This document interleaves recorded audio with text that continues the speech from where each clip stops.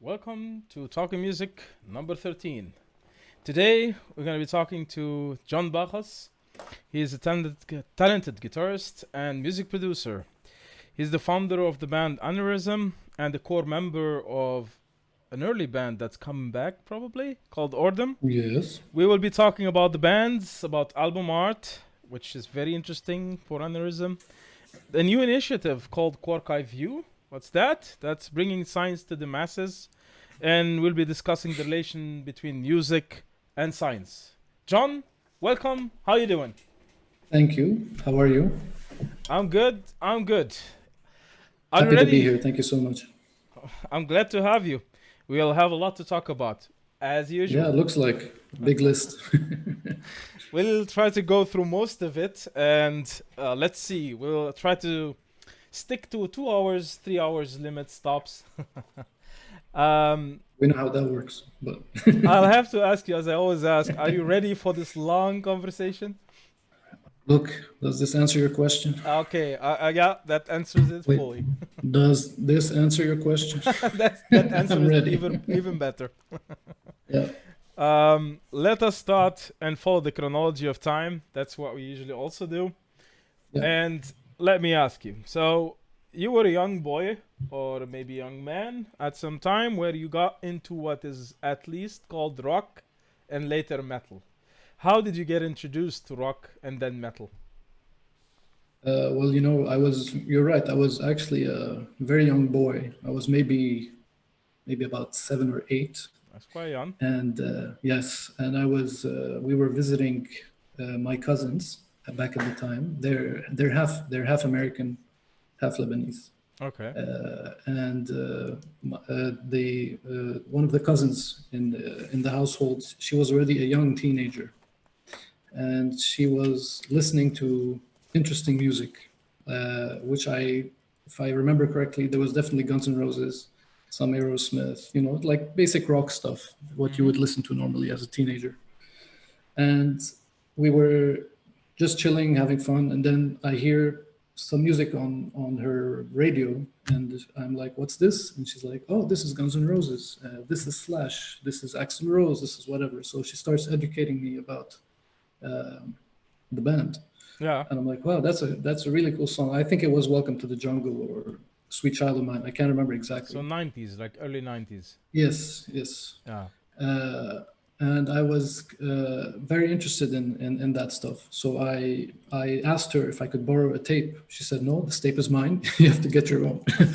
And back in the day, we Little were boy is gonna lose the tape, right? exactly. So we were all Yeah. stuck on tapes at the time, and Yeah. so I did everything I could to find it. I mean, I was living in Abu Dhabi at the time, so there weren't a lot of music stores around. I think there was just one or two shops somewhere they were selling cassette tapes. This is before Virgin even existed, I think. Even Very early on. Yeah. yeah. So I found what do you call it, a best of tape, and on the back it had Guns N' Roses, it had Metallica, it had Simply Red for some reason. I don't know if you know Simply Red, They're much and lighter style of music than yes, than the rest. Yeah. and it had Aerosmith and maybe 2 or 3 songs from each band, and it was like compiled into a cassette tape. I'm like, "Mom, I want this." So she bought it for me. It was like, I don't know, $4 or $5 at the time, and I got hooked on the tape, and I kept listening, listening, listening, and that's how it started. And so I eventually, saved up some money, started buying actual like tapes for Guns N' Roses because I fell in love with them. I don't know why. It resonated with me. So I bought use eventually over time. I bought the Appetite, and then it was User Illusion 1 at the time. Still the I don't know if User Illusion 2 came out yet, but I was hooked on those tapes, and then it just skyrocketed from there. Uh, then in high school, I was friends with a certain a guy. We were like inseparable, very close friends. I won't say his name online because he likes to be anonymous, Okay. you'll understand why later in the talk. But Yeah. let's call him Mr. X. Some people already know him, I'm sure. So we're coming Uh, back to Mr. X later on, and we'll yes, explain why he's Mr. X. yes, Okay. yes. So we were best friends, Mr. X and I. And so we got into this rock thing together. And then he started getting cassette tapes, and he was getting things like Nirvana, Iron Maiden, Metallica. And he was introducing them to me, and I was pushing the Guns N' Roses part from my side. Yeah. So we ended up just hanging together all the time, listening to music, imagining we're like in these crazy rock bands playing in the future, you know, like, oh yeah, when we're teenagers, we're gonna be in a cool band, we're gonna do this and that and whatever. So it was like started to turn into a dream for us. And we eventually we set up a band. We got into high school at that point. I think CDs were coming into play now. We created a band called Dog Faced Gods. It was based on a Testament song. And yes, we were into Testament by that time. Megadeth, Testament. You already were like too deep into metal already. Yeah. How old were you, more or less? Like 14, 15? Older? I mean, all this was happening. I mean, with the cassette tapes, I was like 8, 9, and then it started becoming like an obsession maybe at 11, 12, leading up till I left, basically. And the band days, like when you started to make your own, or that wasn't yet? It was, but it's like crappy band. You know what I mean? Like we didn't go live. We're just like a bedroom band, if you want. You know, everybody got their little instruments, jamming, their little practicing amps. somewhere together and all that. Yeah, even the drummer, like he didn't have a drum set. We just put cushions, and he bought 2 drumsticks and he started drumming on the cushions. You know. But if you like music, that's not necessarily a reason to play music. Like how did you like pick up the guitar as an instrument? And I didn't. I was a singer. Okay. I was a singer, and I was a very shitty singer. Did you want to be the Axl Rose, like because you loved the Guns N' Roses thing, or? I thought so. I wanted to be something. I didn't know. What I was doing. Not necessarily Axl Rose. No, I didn't know what I was doing. But I remember at the time, the band was full. I mean, we already had 2 guitar players. Mr. X was playing bass. There was a drummer, and then I was stuck with vocals. I don't know why. Even you didn't choose even vocals? No, I wanted to play guitar. I remember I had an acoustic, and I wanted to play, but they didn't let me because I was studying piano at the time. My mom forced me into piano lessons, so I was doing that. I was quite good at it, and then after getting into these metal bands, I started saying, I want a guitar, I want to do this, I want to do that. So they didn't let me, my parents, they didn't have the money for that. They just kept pushing back. They say, stick to piano, because we already have a little piano here, just play with that. And I kept insisting, no. Then I found my dad's hidden guitar, and I stole it. Electric guitar? No, it was an acoustic. That acoustic you had? Okay. Yes. You stole it right away? I stole it from a closet. He had it hidden in one of the closets somewhere in the house. Okay. The closet was locked. I found the key. I took it, and that's how I started learning guitar. But how did you know about it if the closet was locked? Because he used to take it out sometimes. He used to open the closet, put stuff in there, so I'd see it in there. And you see a guitar, and yeah, I'm like, I want that. Think you should ask your dad for it? He said no. I did ask my dad. He said no. He's like, you're not going into music. You focus on your studies. You have the piano. That's more than enough. Do your. I was doing. Guitars ruins the people, right? Guitars is too much freedom, too much anarchy, maybe. Because my dad has his own story. He wasn't himself in the band. We get into it if you'd like. But yeah, he told me don't get into it. So so I used to take it like when they weren't around, when they were out for dinners, for example. I would go in, take the key, start learning, playing Nirvana, playing whatever, just learning chords, learning what I could through tabs and things like that. And eventually, like, I think my mom caught me once. She's like, it's okay, learn the guitar. It's good. It's music. It's good for you. My dad didn't know. My dad had no clue. But maybe she told him, I don't know. But to my knowledge, he didn't know. And then, so every time I used to play. And then eventually she started, making him cozy up to the fact that, I love guitar and I wanted to stop piano lessons. And so they did that. They let me finally just pick up the guitar, play around with it. Did you discuss this with your piano teacher, that I'm learning guitar or I'm more into that? For example, like how does a teacher, the classical teacher, a comment Yeah, on that. I don't think I did. I didn't say anything. I think my mom was the one who cut it off. She said, "Yeah, we're done with lessons. Thank you very much." So, Costly it lessons was, and you're into yeah. something else. I mean, yeah, when you're Yeah. 11 and 12, like, what's gonna happen, right? It's Uh, barely ever the case that someone is taught when he was so young and got so yeah, much into it and kept doing it. Like I haven't met anyone so far who was taught to play piano when he was 6 and is now a piano player. yeah. Very rarely. Very rarely. It is rare. It is Mm. rare. But my family is a musical family. Like my mom plays piano. Oh, okay. Granted, she's not like like virtuoso or anything like that, but Mm-hmm. she has her songs she loves to play, and she plays them all the time.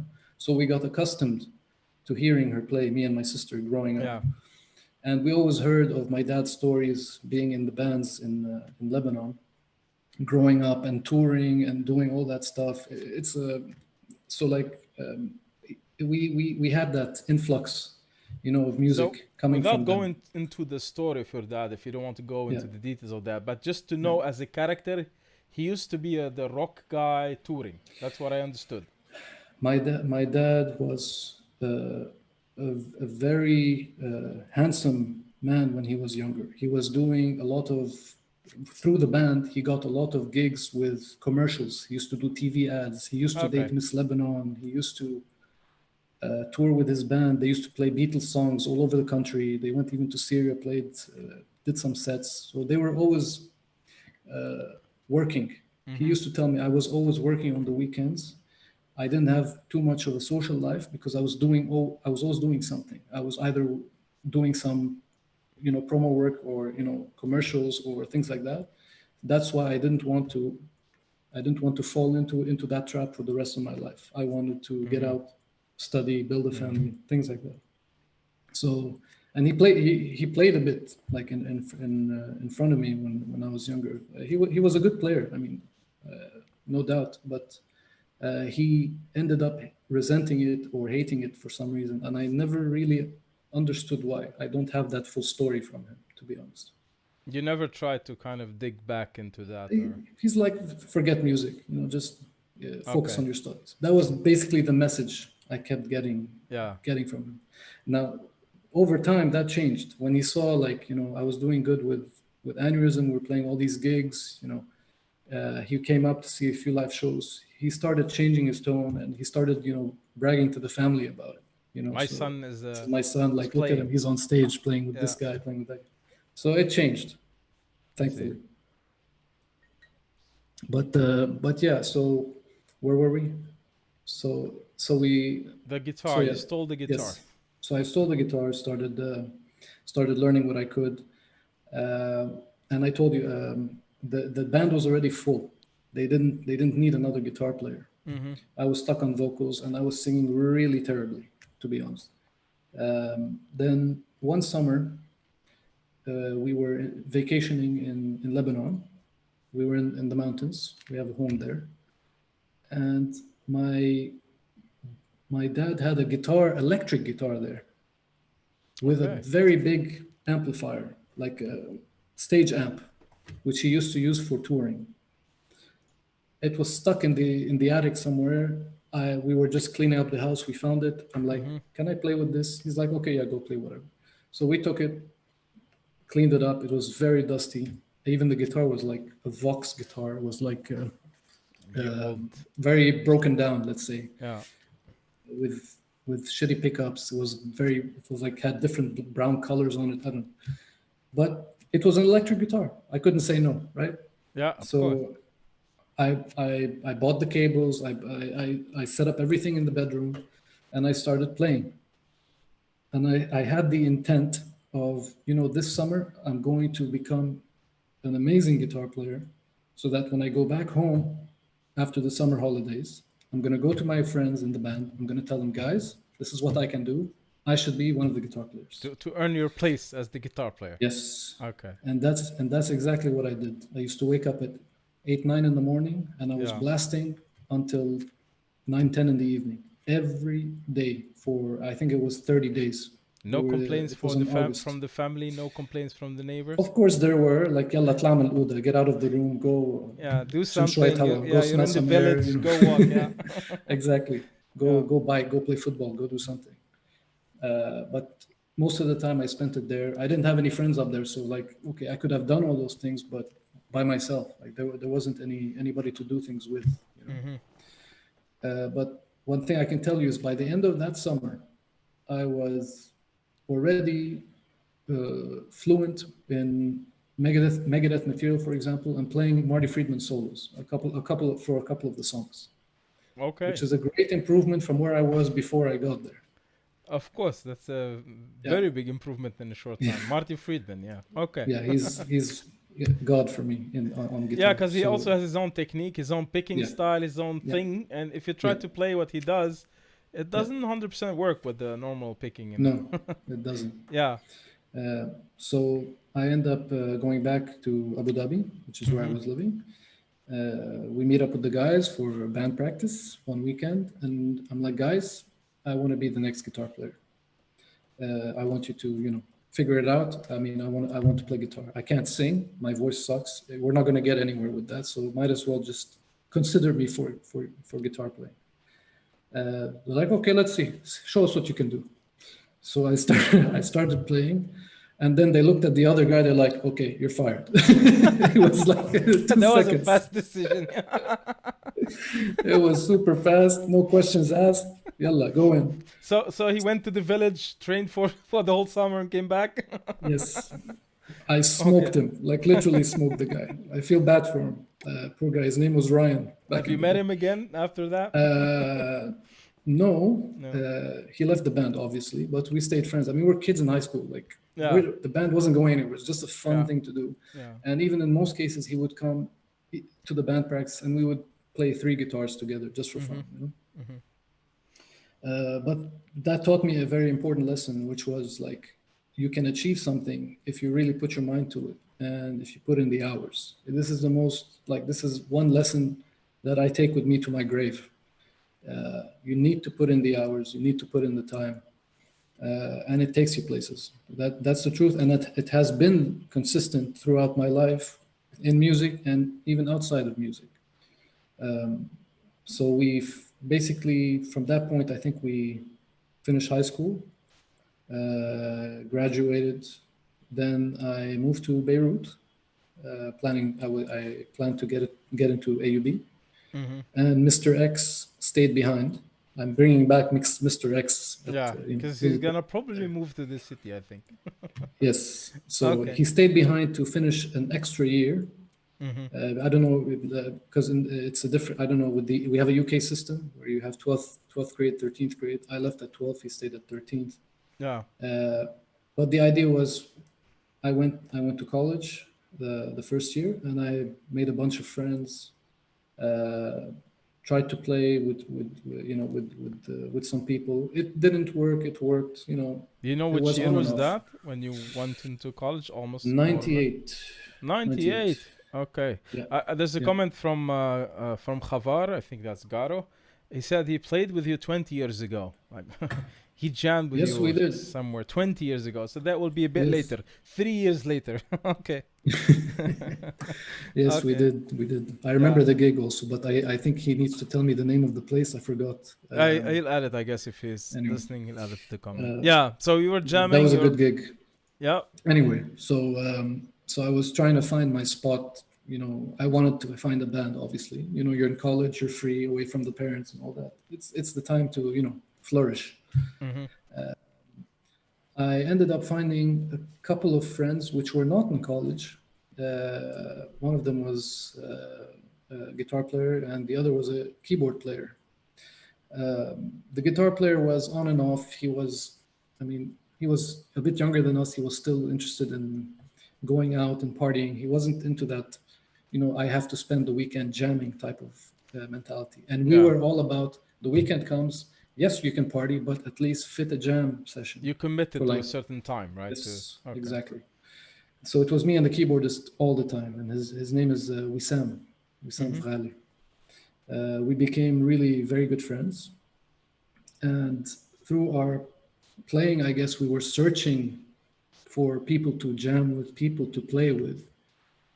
We ended up somehow being recommended because they watched us play in jam sessions, some people, and together, just me and him. We were playing like cover songs and things like that.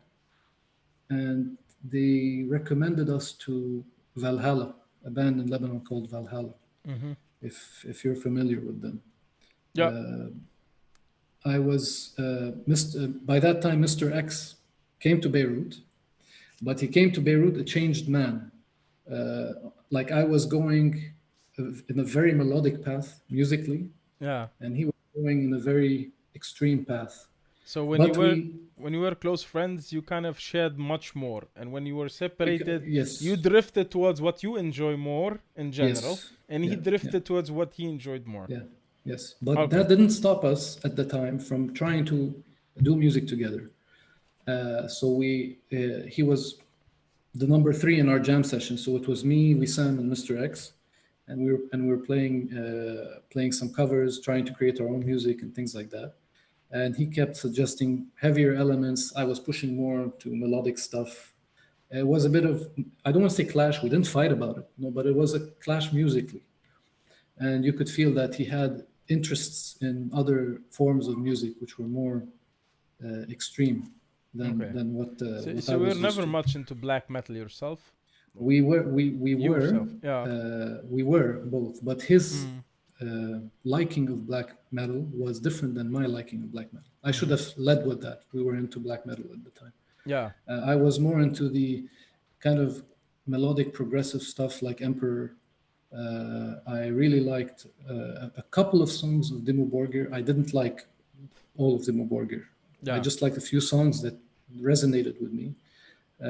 I enjoyed other bands as well, like Anorexia Nervosa. I mean, there's a big list we can go through, but that's not important right now. The main thing is that he was going way too extreme, and I was going a little too melodic. So you could start seeing the divergence there. So we ended up joining Valhalla. He didn't join, and we did a few jam sessions. And Was then he one also day, playing guitar as a he musician, was a or bass. He was a he bassist. was still bass? So Yes, he was he's stuck stuck with with the bass. bass. Okay. Yeah, until later, which I'll tell you about later. Okay. So we started jamming, and as Valhalla, we did a few jam sessions. We had no drummer. I don't recall having a drummer in the band, so I wasn't sure how.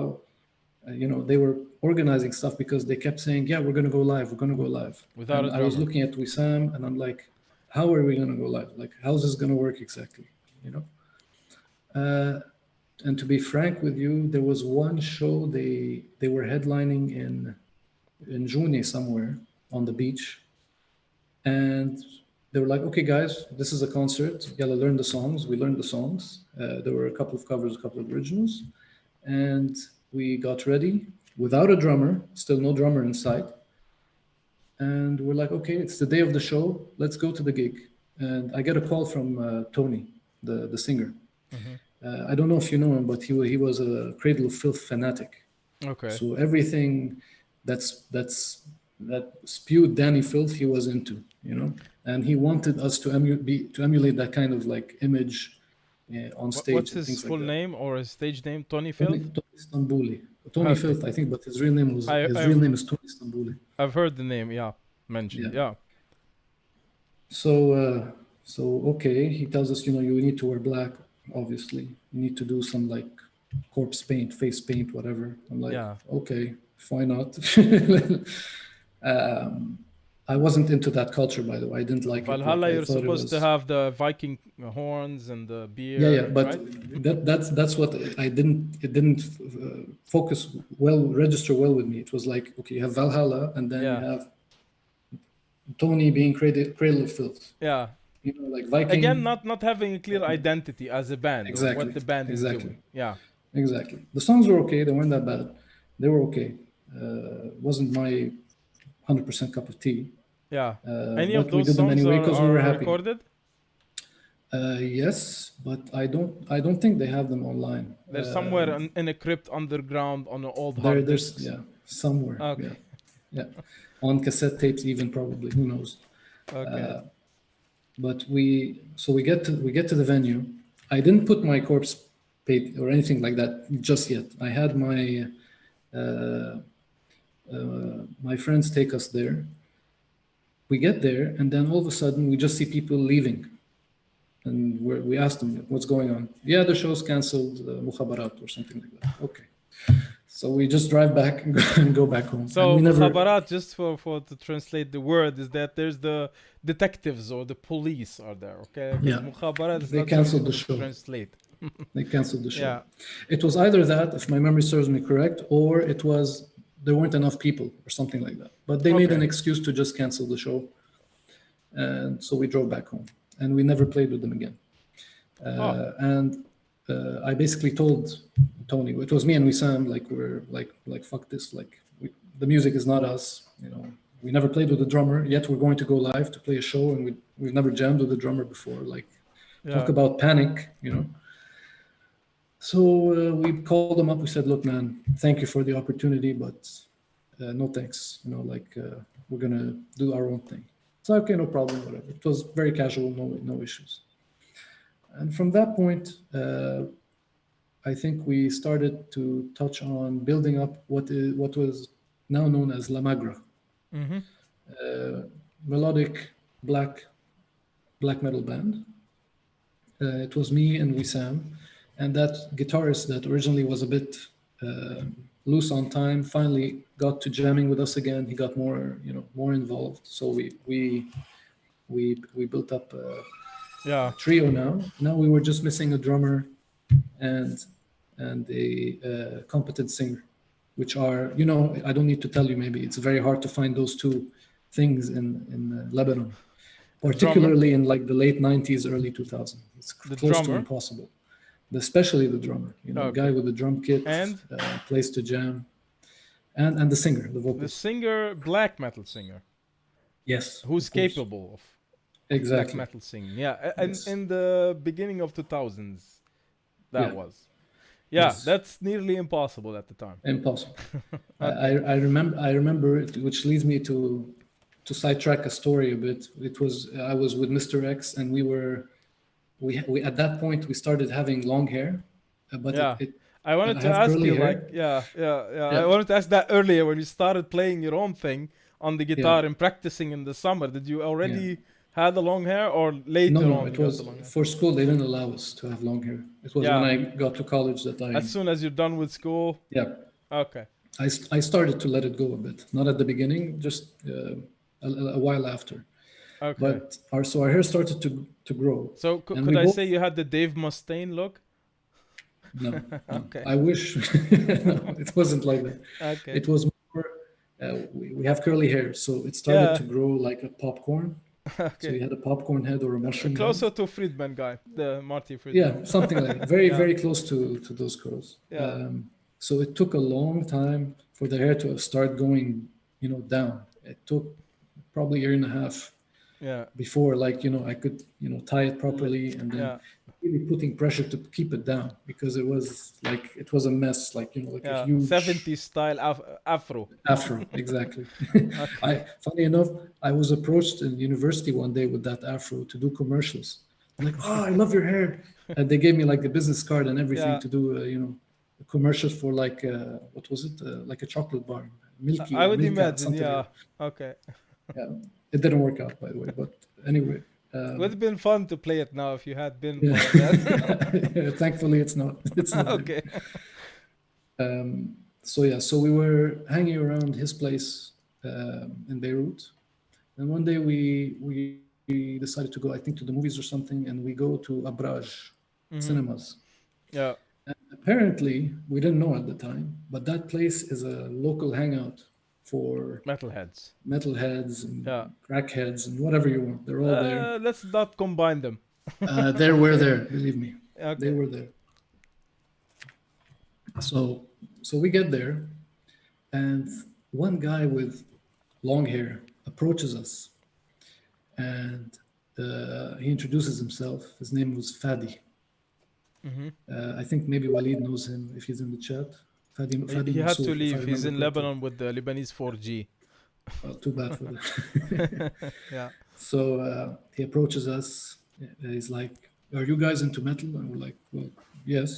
Like, and he starts, talking to us. We have a conversation. we started, we eventually became friends with the guy. We didn't know any better, but he presented himself as a singer. He said, Okay. I'm a singer. Okay.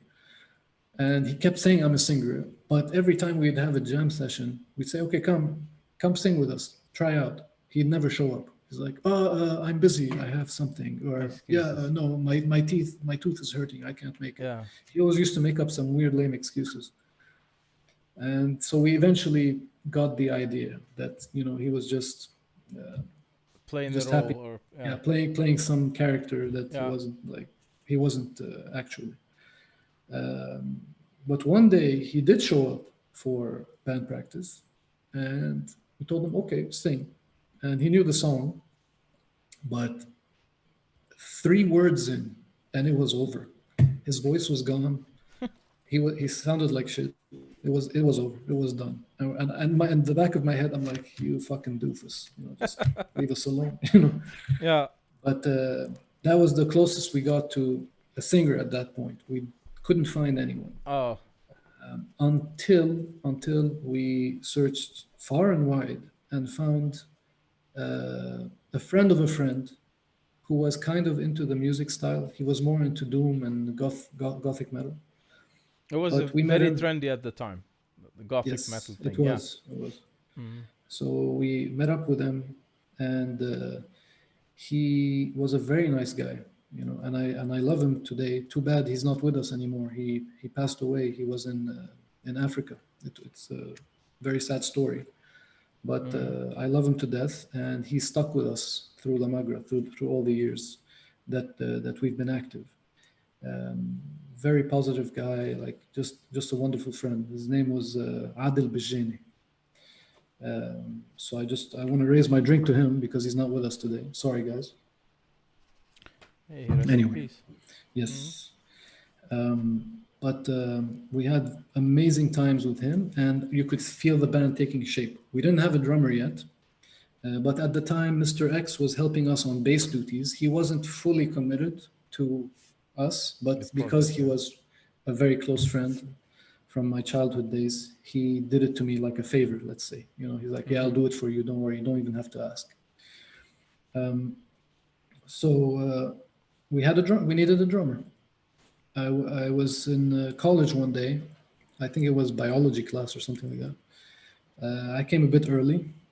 There were maybe a couple of people in the room, and there was a guy sitting not too far from where I sat. And I saw he took out 2 pencil sticks and started drumming on the table. Looks like a guy who's learning to play the drums. Looks like. Yeah. But he was doing like crazy rhythms with the pencils. It sounded really cool. And I'm like, this guy's definitely a drummer. There's no way. So I wanted to, I didn't speak to him directly. I was like hesitant to ask. I was a bit shy also at the time. Like I didn't know how to approach him. But I just wanted to wait and see. Maybe after biology class, I'll ask if somebody knows him. Yeah. Then maybe they can introduce me to him, that kind of thing. So it doesn't look like, weird of me just going up to him, Okay. It ended up being that way.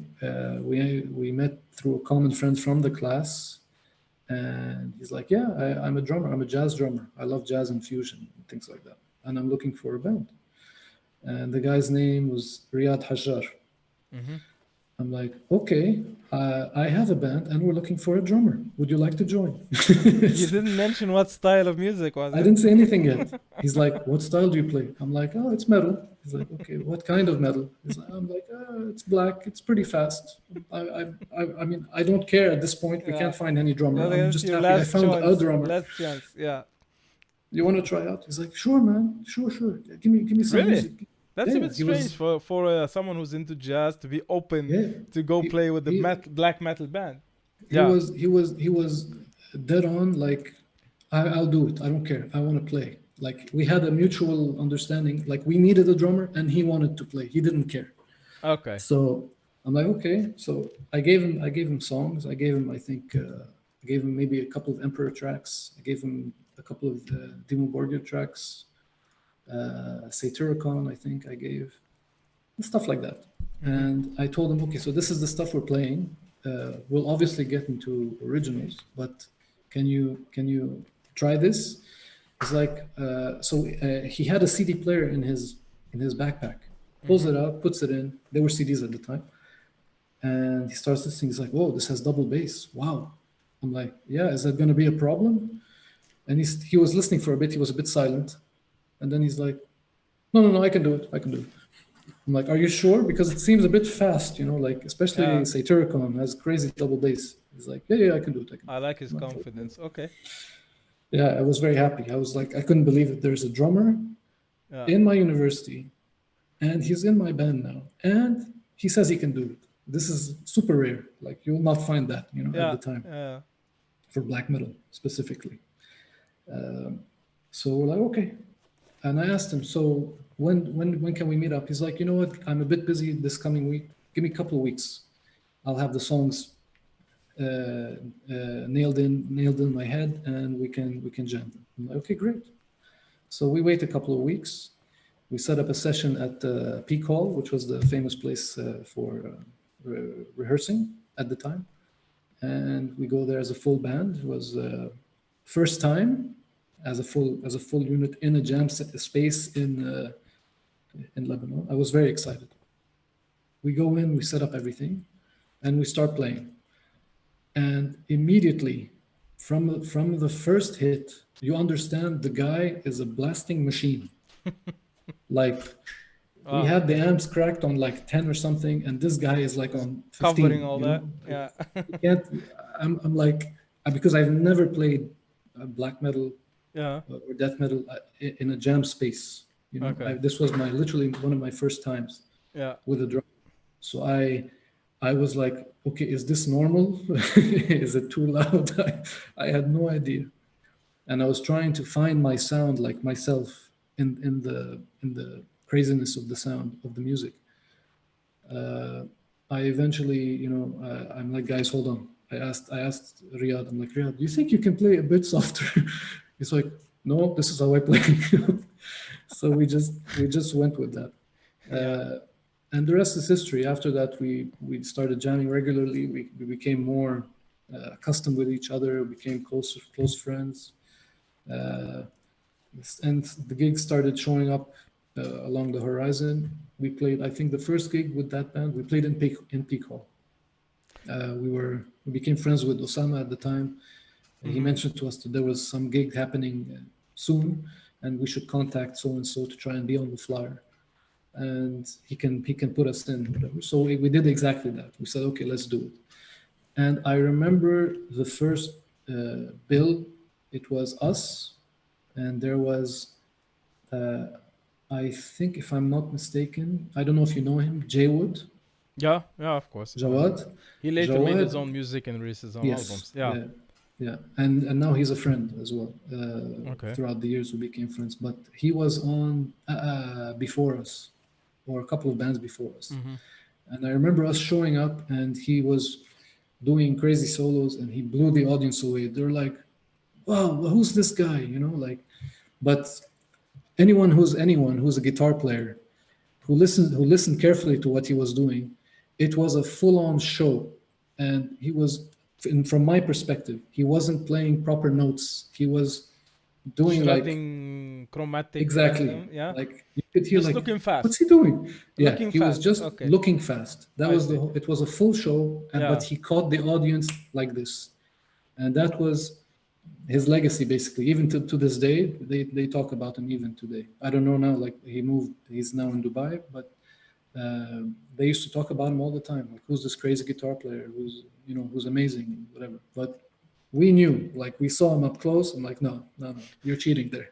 That's not right. Sorry for the whiskey break. Yeah. So that was the first show. It was a good show. It was okay.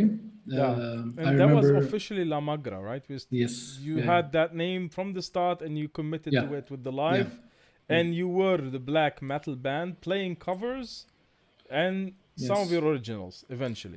We eventually had a couple of originals. We only, I think, played one or two live, and that was it. The So, rest we didn't have okay. the chance to play them.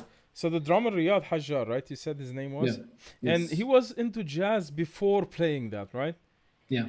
And he didn't try to, I don't know if he did or not, but you can confirm. I Yeah. think someone who's already into very different genres carries something of that with him.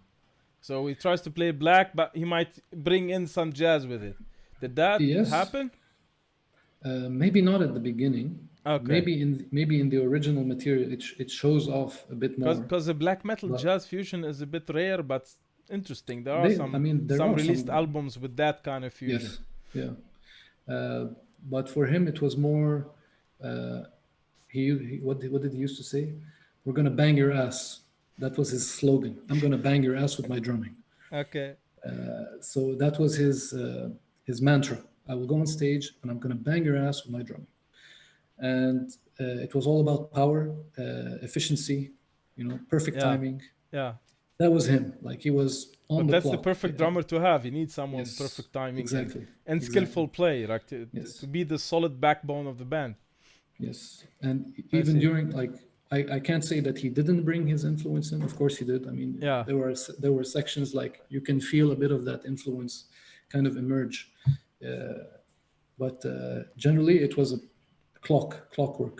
It was fantastic. I mean, the guy, I think Walid maybe mentioned this in his interview with you last time, but Yeah. the guy used to train himself to reach that kind of drumming skill level. To perfect it. He Yeah. he used to run, man, Yeah, from yeah. Walid Beirut, told me the story. I asked him if he used to also run backwards, backwards, upward to train fucking the calves. fu- fu- fucking backwards, and I'm like, Yeah. what? It's like, yeah, well, normal.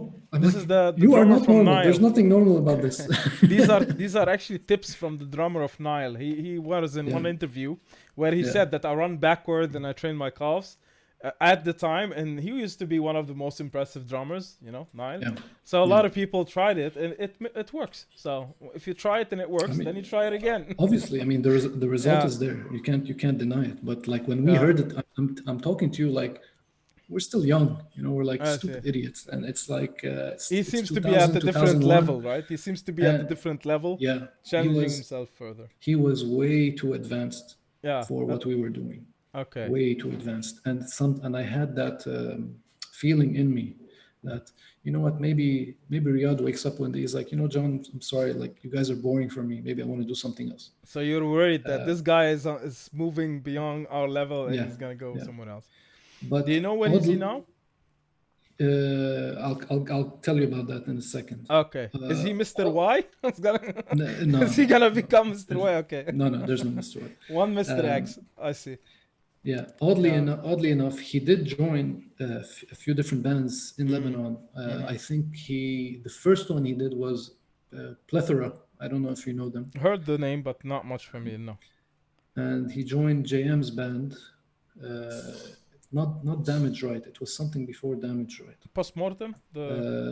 Postmortem. Yeah. Yes, exactly. But he always told me, John, I love playing with you. That's not going to change. Like I kept that to heart. Okay. It was one of the nicest things he ever said to me. And he enjoyed the music. He wanted to build something with me on that. He wanted to do a record. He wanted to do Yeah. like things with So the band. that's what I want to get to. So you got the chance to record something as La Magra. We did. How many tracks do you think are recorded and mixed to some extent, ready to some extent? Honestly, we created 3 or 4 songs, but we only had enough money to record one. Always the finances when you're very young Yes. in the university and you're trying to do something, right? Yeah. We Okay. paid was not too expensive. It was because Riyadh had connections in the music business in Lebanon. He had connections with different studios. Yeah. With different engineers, so he got good discounts, and sometimes he would get like things for free, like, okay, come do this session for me. He used to work very closely with an engineer called Tommy, if I'm not mistaken. He used to do a lot of session work, and I think he asked him, can we come to your studio, record La Magra with one song? He's like, sure, come and do it, but with a minimal fee, whatever the fee was, I can't remember. So that's exactly what we did. We go in, And for just one song, I remember we gave the guy hell. I mean, it was my first time in the To recording learn how studio. to be in a studio, right? And how Yes, to yeah. work on a special tempo and Yeah. yeah, I know. We didn't even know the tempo of the song because that was his first question. Okay, he opened the session. Okay, so what's the tempo of the track? Yeah. And I was looking at the guys who were like, We I just don't jam know. it. We just play it. Yeah. Riyadh, yes, 182 BPM, blah, blah, blah, 6/4 or 3/4, whatever. And he started creating the file with the engineer, saved our asses basically. And so we recorded. It was a very interesting experience for me personally. I mean, for first time in a studio. The only thing I didn't like was if I suggested something, it wouldn't be considered too much. And we ended up having a finished product, which even when we released it, I hated it. Like to this day, I hate it. So what did you feel it was missing in it, or what feel didn't work in it? I feel like the intro was way too long, and I Okay. feel like because we had a keyboardist who was Wissam, and Wissam loves piano. Okay, so before we Loves the continue piano. more, describing it, I have the track. You sent me the track. It wasn't Yeah. published anywhere, right? Or released or It went on radio in Okay. RML back Yeah, in the day. I remember. It was that, on yeah. for a few weeks. And you but didn't that was it. you didn't upload it on MySpace at the time. or No. something? We didn't. I mean, the band was Okay. over. There was no point. So I'm gonna run the track. Let's listen to it. It's only audio. There's no video or anything to follow. So we're gonna still be here, kind of, reacting maybe to the passages. Yeah. You can comment on it. I'll maybe not raise the volume too high if you want to comment a bit over it, if you'd like. And whoever the people watching us, they can leave some of their questions for John in the chat. If you'd like, you can ask him some questions about this or about what's coming later in our long talk today. So Guys, you can butcher the track. you can give us your opinions on what you think. Say whatever you want. Don't worry, you're not gonna hurt my feelings. John already mentioned the intro, so you can comment on the intro. Do you think it's long or not? And then you can also comment on what comes after that. So let's start with the track.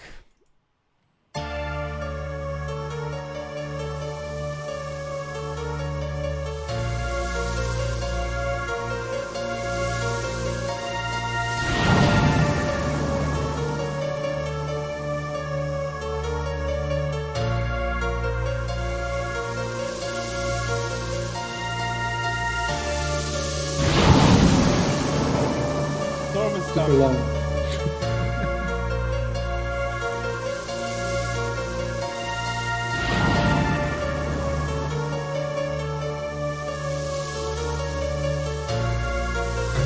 I think it's the influence of the time, right?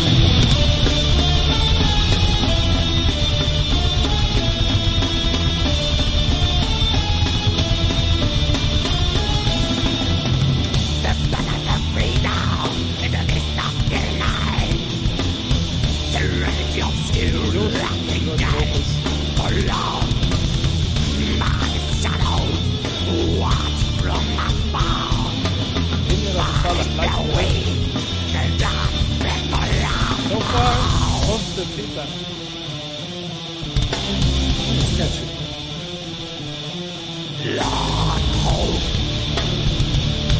This is the part I like the best.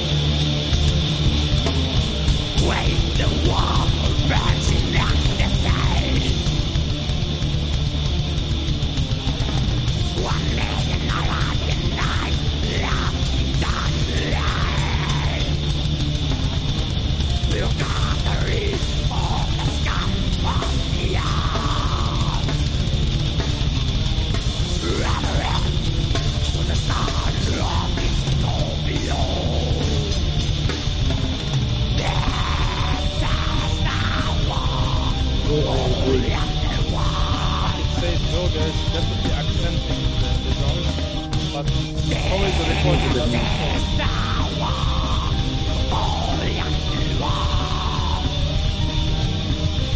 This was recorded in 2001. But you see the piano?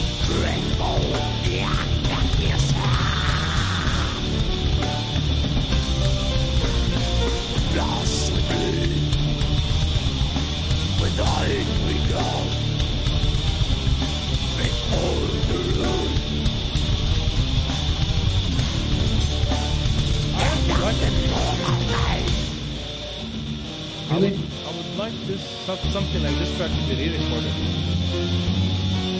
Yeah, I would do it way differently. with a short intro, if you like.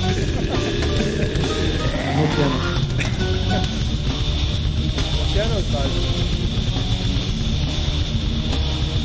So, no piano. Somebody misses you in Canada, so let's talk about that.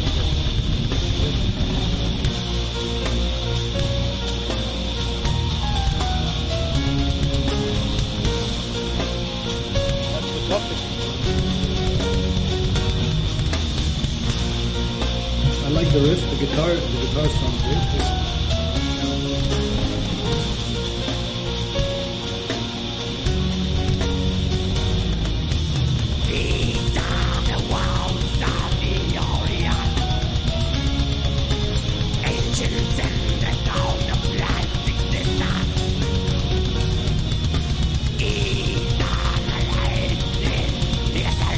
Just can't get the Koenigsegg in the days that they're not well.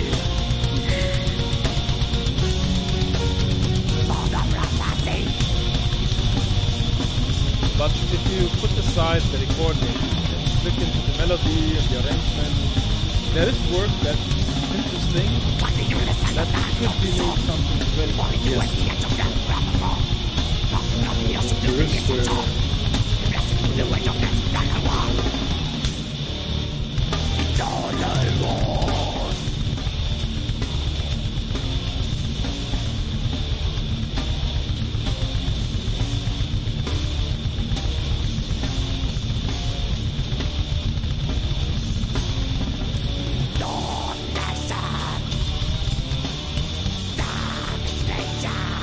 the song is a bit long too. I have to admit. Nice thing about what we do here is we're not worried about time. in general. Yeah, true. It's 7 minutes. There's 1 minute.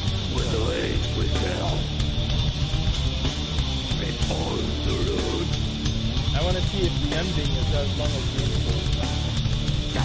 I don't even remember the ending. Oh, okay.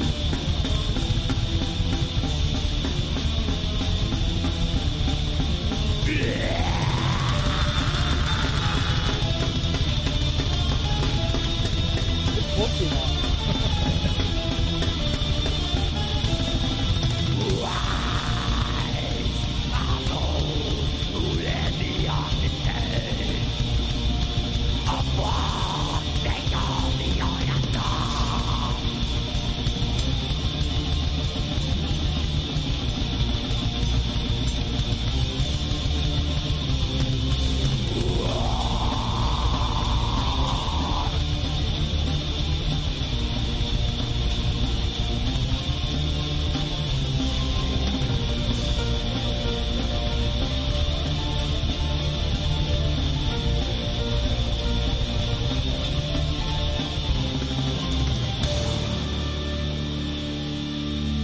Hallelujah. Praise the Lord.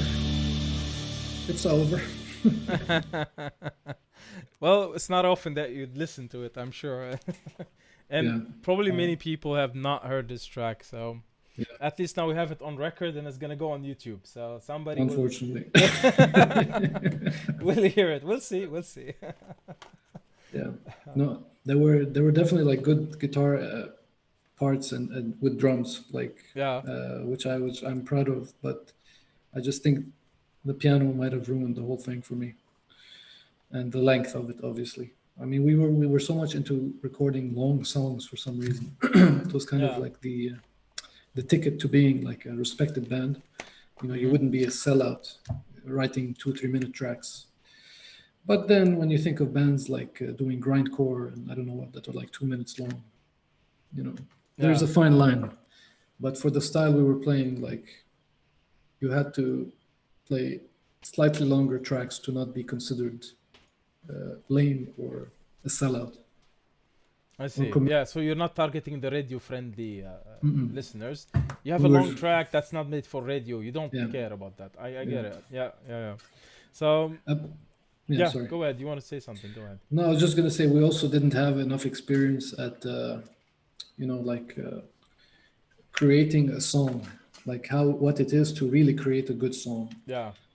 It was just like, I love this riff, I'm gonna repeat it for like 16 bars, or I love Yeah. that riff, I'm gonna do it for a very long time until I'm fed up. We didn't have that idea of less is more. It This wasn't is in our the early minds yet. start where you're still learning how to do things and Yeah, trying the only way you know, you yeah, could say, right? So yeah. obviously you've evolved a lot since then, and we're gonna go Oh forward yes, to the next and next and next projects in this. yeah. La Magra, so you we were playing your stuff. You had the people. This is an example of what that was, and but eventually at some point the band broke up, right? And do you know when almost that happened and how? Very good question. I'm a bit bad with dates, to be honest. I don't know. I Somewhere don't around remember. 2004, To, 2000. no, that was too late. It would have Mm-hmm. been not too far after releasing this single. I remember. Okay. Okay, I think I remember the timeline now. So we finished the song. I'm not sure if we played it live with Riyadh, but at some point Riyadh left. I think he left So the what you country. were worried about happened? Ah, okay. He left the country. Left the country. Yeah. Always the same Uh, story with everyone I talked to. There was yeah. something, a band doing something, and then this guy travels, this guy has to Yeah. travel, this guy immigrates, Yeah. and everything breaks down. Yeah. Yeah. So Yeah. if I remember correctly, and let anybody comment on this, but he left to France Mm-hmm. to become a baker, Okay. basically. And I Yeah. was like, "You're an AUB. You're studying. I think he was studying biology or something like that." I'm like, "Why the Yeah. hell would you do that?" It's like, "Yeah, I'm done with this. I want to do music, and I'll sustain myself. I know how to bake. I'll go learn the chops in the bakery, and I'll do music." He He wants to was so simplify the passionate lifestyle. about, yeah, he was so passionate about doing music. Okay. I said, okay, sure, it's your choice, it's your life. I can't, I can't judge you, and I can't tell you what to do. So he basically did that, and he went to France. He became Mm-hmm. a baker. We kept in touch, and he was baking croissants and Eclair. baguettes. Uh-huh. I don't know about eclair, but from what I remember, baguette for Yeah. sure, and maybe Uh-huh. croissants. And he was doing music, and he found some bands to play with and whatnot. Interesting. Meanwhile, Yeah. back in Beirut, we needed a drummer, and by this point, Mr. X has totally left the band to join Weeping Willow. He was with Okay. them for a while. Yeah. We needed a bassist and we needed a drummer. I think we struggled a bit with that for a while, and eventually we couldn't find anyone. The guys were too committed to other things aside from the band, and that's how I think the band ultimately ended. It was sometime in 2002, maybe early 2002, Mm-hmm. and I was a free agent and looking for something else because it wasn't panning out with the other guys. So I think Wissam was still with me at that point, but I talked to all the connections I had at the time. I think I spoke with Walid, I spoke with some other guys, and they pointed me in the direction of a trio, three guys, one guitar player, one bassist, and one keyboardist, No drummer. no Yeah. drummer. But the other three were important, and they were playing black metal, and they were Okay. looking for a guitar player. Mm-hmm. So they heard I was a free agent, and I know I'm using the word like it's like a professional thing. It's not, whatever. But It's It's like the cool. Matrix, the Yeah. agent. Yeah. And I knew they were looking for someone, and we met. They were super cool guys, and they looked the part. I have to say, like I felt like this could be the next step in the rising up, Yeah. because when you were looking at the bands at the time, if you look at La Magra, we didn't look the part at all. We looked like uh, a bunch of teenage kids trying to play music. Like that. That's the image we had. I Yeah. felt. I didn't feel like we had the image That you're set. you're Yeah. projecting the metal band image. Yes. Mm. And then even during our time, I think we played. I'm not sure if it's accurate or not. If we played with Weeping Willow and Peak Hole, I'm not sure. Let Garo comment. But when I saw them live, I'm like, wow, they look like they know they're the part. You know, they're playing the whole Mm-hmm. thing from all the angles. They had the music, they had the look, they had everything going for them, and that's why they were so popular. So I'm like, that's what we need to be. Like, if you want to get big, you need to portray that. It's not just the music anymore. Like you're going to go on Yeah. stage, people are going to look at you. You Mm-hmm. have to give that kind of image. You know for sure Um, that the big bands they have a consultant like for of style, for course, dressing, for of makeup, for course, for yeah, light, for everything. So it's a everything. show, and if you Yeah. sell the idea, you sell the music. Like Hmm. the music comes after sometimes. Yeah, it's true. It's Mm-hmm. very true. So when I ran into these guys, they looked the part. It was Mark on guitars, it was Yep. Sevag on bass, and there was a keyboardist. I can't remember his name right now, but he looked the part. And they were very nice fellows, and we immediately hit it off, and we set up a jam session to start playing together. And I learned their tracks. I showed them some of my riffs, and it became So they like already had their own originals, they had if you say two it. or three originals, something like that, Okay. and they were good, quite good songs, and much tamer than what I was doing. Like it Mm-hmm. was more straightforward, straight shot, but still good music. It wasn't bad. I liked it. I enjoyed it, and I added my own flair to the music, which was my input, and I created more stuff to show them, which they liked. Over time, the keyboardist I think dropped out. He had some personal issues to deal with, but we stuck the three of us, and we didn't have a drummer. We didn't have a keyboardist again, and the singer Adel at the time was busy in other stuff. He didn't want to be a part of this Mm-hmm. venture, so we didn't look to him for vocals. So, but we were practicing like every week, a couple of times. We had a jam room somewhere in Gymnase. It was like a set thing we used to do. No way to back out of that jam session or jam sessions. It was إجباري, So you committed to obligatory. that. You committed to that. Yes. Yeah. You gave it a When we name as became, a project, as a we didn't have a name at the beginning. We were yeah. just happy to be there. Yeah. But over time, we called it Gothmog. Lord of the Rings was I've just heard out. that name before. Yes. So when I talked to Walid, like we went into what was Gothmog, and I understood from him that he got connected to that project. Some other people Yes. were into that, and then Yes. you can continue from there. But Yeah. I'm looking for the picture to load it. Okay, go ahead. Walid is definitely better with timelines than me. 'Cause I suck at this, but Yeah. I remember we asked him at some point, and he said yes. Just I don't remember the timeline to be exact, but he was involved at some point. I just don't Mhm. remember when exactly. Mhm. But so we basically tightened up the tracks. We were fully dedicated to making as many Yeah. songs as we could, and practicing them as to the perfect to perfection as best as we could. And sorry to Uh, interrupt, but you would yeah, say still call that still a black metal band. yeah, it was still black, The had some death intended influences, but yeah, that's black. black. Okay. Yeah, And if I look for Gothmog, I did yeah, search. It's related to back to Lord of the Rings, yes, Tolkien, yeah, and I found this guy also being named yes, Gothmog. yes. But there's also in the story a demon kind of thing in the story, like the Balrog. There's the Gosmog. Yes, yes, And these are the most capable evil spirits in the world of Tolkien. yes. So that So was the inspiration for the we name. basically stole the name. Let's not It still beat sounds around the great bush. because We it has stole the the Goss name. part. It sounds, yeah, it sounds good. It sounds good. It sounds Yeah. like a good name for a band. Nasty. Yeah, exactly. Yeah. So we used that. We didn't because we couldn't think of anything better at the time, and we stuck to it. I remember Riyadh coming back, maybe for certain periods of time. I think when he was out of money, Mm-hmm.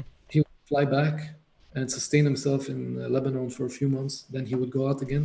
There was this period I felt like he was like leaving and coming back for many times. Mm-hmm. So at some point he came back, and uh, Walid was with us in the band already, and we already had songs set up, and we kind of jammed together, and we had the intention of recording, which never happened because we didn't have the equipment, we didn't have money to go to a studio. Mm-hmm. So that kind of sidetracked us for a long while. And then Riyadh had to leave again, and we were in the dark. But we kept practicing until it became just me and Mark. So it was two guitar players and Walid on standby on vocals, waiting for this band to be created somehow, Yeah. which never came to fruition. And then eventually, I think things sort of slowly started to, sleep, and I started to gain more interest in other things, like actually going out, having fun, for a weekend, going out with friends, You gave too much time to meeting the bands and girls, the practice. Yeah. Okay. So I did a lot of that in the later years in college, but I also focused on trying to think of another way to go at this music angle, because Mm-hmm. we basically used up all the resources we could in Lebanon to find to meet each other, to be a band, to find the right people, the right chemistry. I've exercised all my options. I'm like, you know what, this style is dying for me here. Like, there's nothing, I can't do anything with it. Which I year want to do was it something. plus minus this time of Gosmog thing? 2003, Oh, 2002 to 2004 period, something like that. that's much earlier than I thought it was. Yes, it was very Relative early. to when the album later Yeah, came out. exactly. Yeah. Okay, 2003. So Okay. yeah. So at this point, I'm going to throw in a few Mr. X's here, Mr. X tidbits. Yeah. At this point, I think Mr. X joins another band. He leaves Weeping Willow, or they fired him. I can't remember the story exactly. He Garo joins, will tell us. Did you fire him, Garo? I think Yeah. Garo did fire him. I'm not sure. Okay. And then he joins another band which is super cryptic, super cryptic. They're called Tenebra. I don't know if you heard of them. And Yeah, those definitely heard of guys, them. yeah, those guys were like, I met them all, and they are on another planet. It felt like to me, like it. I asked my friend, I asked X, I'm like, are you sure you want to be with these guys? Like, is this your scene now? He's like, yeah, the music's amazing. Yeah, they're cool guys, whatever, And this is where we started to really separate with our friendship, even not just musically or anything like that. Just our friendship started to decay from him joining that band. Man, he used to tell me stories like, like they'd go to his house, and he would be brushing his teeth after a meal, which is like, I mean, normal for many people. Like, generally, you have, like, after dinner, you brush your teeth, whatever. Yeah. They would come in and they would like smack the toothbrush on his face. No, you're in our band now. You don't brush your teeth. And he was telling me the story. I'm like, I can't believe it. You have to be a savage. You're in a band. You Really, have to be a savage. yeah. And they had a hangout place. Yeah. In between Beit Miri and Brumena, where they did stuff. And Sounds I like a went cult up. now. It was like, you go into that. It was a house which belonged to. There were two brothers in the band. They had a house up there. Mm-hmm. And you go into the house, man, and it felt like a crypt, like no lights, Okay. everything dark, candles everywhere, uh, food, trash everywhere, beer cans all over the place. You go, they were sitting in the bedroom. You could see they're like, sharing a joint, uh, doing other stuff. I don't want to say online. Mm-hmm. Uh, just Total being like mess. total mess. And I'm like, dude, really? Like this is it? And I just left as quickly as I could from them. Like this is not me. I'm not into this, and I never will I be into this. And I just left. And from That's that interesting. point, So being interested in black metal doesn't necessarily mean you're gonna just ruin your life and just waste it all on nothing. yeah, I mean, it's you don't have to commit to the stereotype, right? yeah. I mean, there's, for me, at least at the time, that wasn't the case. I mean, people would thrive on living this lifestyle, but for me, it was, focus on the music. Yeah. Just focus on doing a good musical product or whatever it is, or doing a good release or creating something from scratch. That was the fun part for me. All this side stuff was like just distractions. It wasn't like something fruitful Mm-hmm. in my mind. So I always avoided these kinds of things. This is what made me avoid also having uh, a good social life. With friends from college, going out, meeting girls, going to parties and things like that. Just because I felt like I wanted to be productive in something Mm-hmm. and dedicate a lot of time to that. And that's what I did with this. That's what I did Did in you general. regret dedicating that much and not living the parties? You maybe Look, you had the catch up time later, but yeah, whatever time you missed, did you def, regret it? definitely. Sometimes I do regret because I missed opportunities, Mm-hmm. opportunities to get better grades. Sometimes my grades would go down because of it. Opportunities to uh, meet people, go out and just Make new socialize, friends and make new yeah. friends. Opportunity to hang with my family sometimes, because So you skipped on a sometimes lot of on family events also just because you had a practice or you have a I tried not to. At least with mm, family, I tried to keep it. I tried to to commit to that. maintain Yeah. the, yeah. But for everything else was like kind of a distraction. Mm-hmm. Everything, it was music for me. Then studying and all that. Like I had ambitions. I wanted to go to Berkeley. I was done with college. I didn't want all this crap. I wanted to really pursue music. Let's just But pause on that for a second because there's a yeah, sure. lot of young guys at the age of 18, 19 now. They are in their first, second year in university doing their Yeah, bachelor's of whatever bachelor's it is. yeah. And they, at the same time, they play in a band, they practice, they think they're good, they make their own music, and they're definitely, usually, you're proud of what you make. And you share it with your friends. They say, dude, that's his cool stuff. You should do it. And some friends could tell you, fuck the uni, just go and do music. You're really talented, man. What do you think someone at that position, like, how does he, navigate this path? And how would someone take that risk to just drop the university path and jump to the music path after you've Um, been there and you crossed that phase? it's a very tough question. Yeah. What I can tell you is this. My experience is, it happened to me, and I focused on music before everything else. Mm-hmm. I lost a lot of weight. I was staying in Ashrafi at the time, at my grandma's house. I didn't live in the dorms; it was too expensive. So I stayed there. And when you live in your grandma's place, things are a bit somber. Every few days, somebody is dying. The friends of your grandma, Yeah. So okay. you hear all these, like, it's always negative, negative, negative, negative, Yeah. and she's always in pain. And it was I loved her. She passed away some years ago, but I loved her to death. She was like very close, a very close person to me. Mm-hmm. But during that phase when I lived at her place, I was going in decline myself. Like I was literally losing weight. I was maybe 20 kilos lighter than I am now, if not Yeah. 30. And you could see it in my face. Like my parents would fly in just to check on me every 4 or 5 months. And they would see me. They're like, "What the hell's happening to you? Like, what's going on?"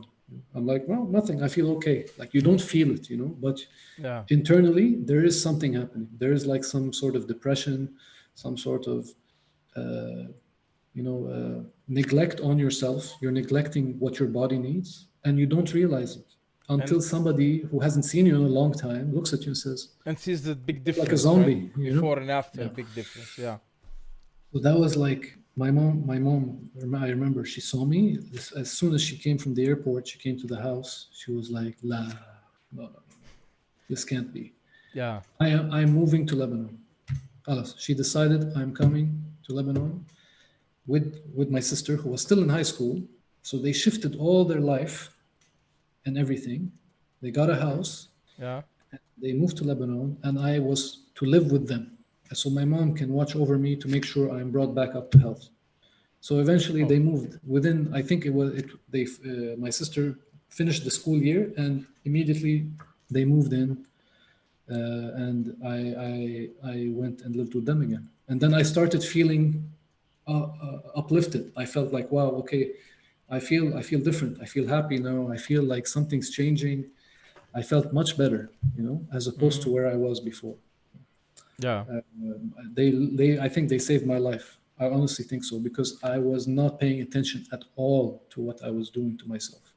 Like with food, with sleeping, my sleeping time, my studies, obviously. So I honestly think to this day, my mom saved my life. And so what I would say to these kids that are thinking about doing this music thing, I'm saying it based on that experience, and I'm saying it based on what I know today. As I'm turning 41 in a few months. Yeah. I'm based on a professional point of view. I would say that music is going to be replaced by artificial intelligence Making in the music. next 15 to 20 years. So whatever you're doing now, Yeah. don't bother.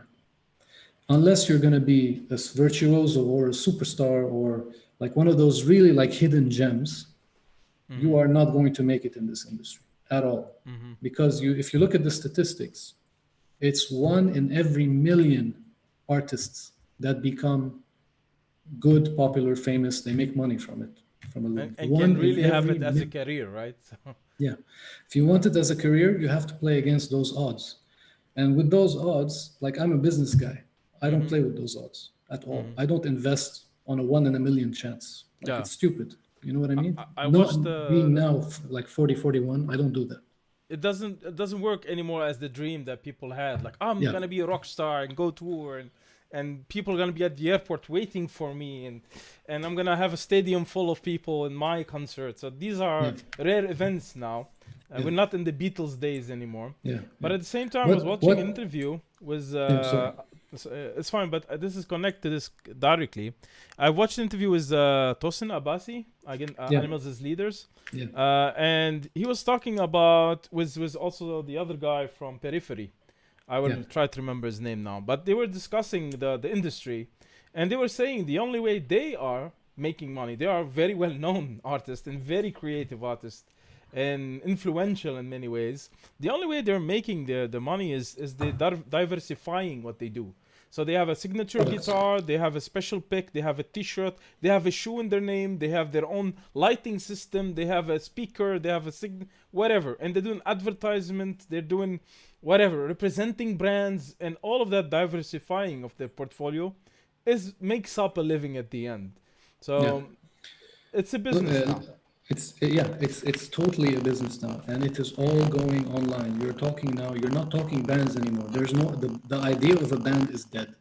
It's dead. Yeah. They're all talking now about influencers. Sorry to interrupt. There's a small hiss in your microphone.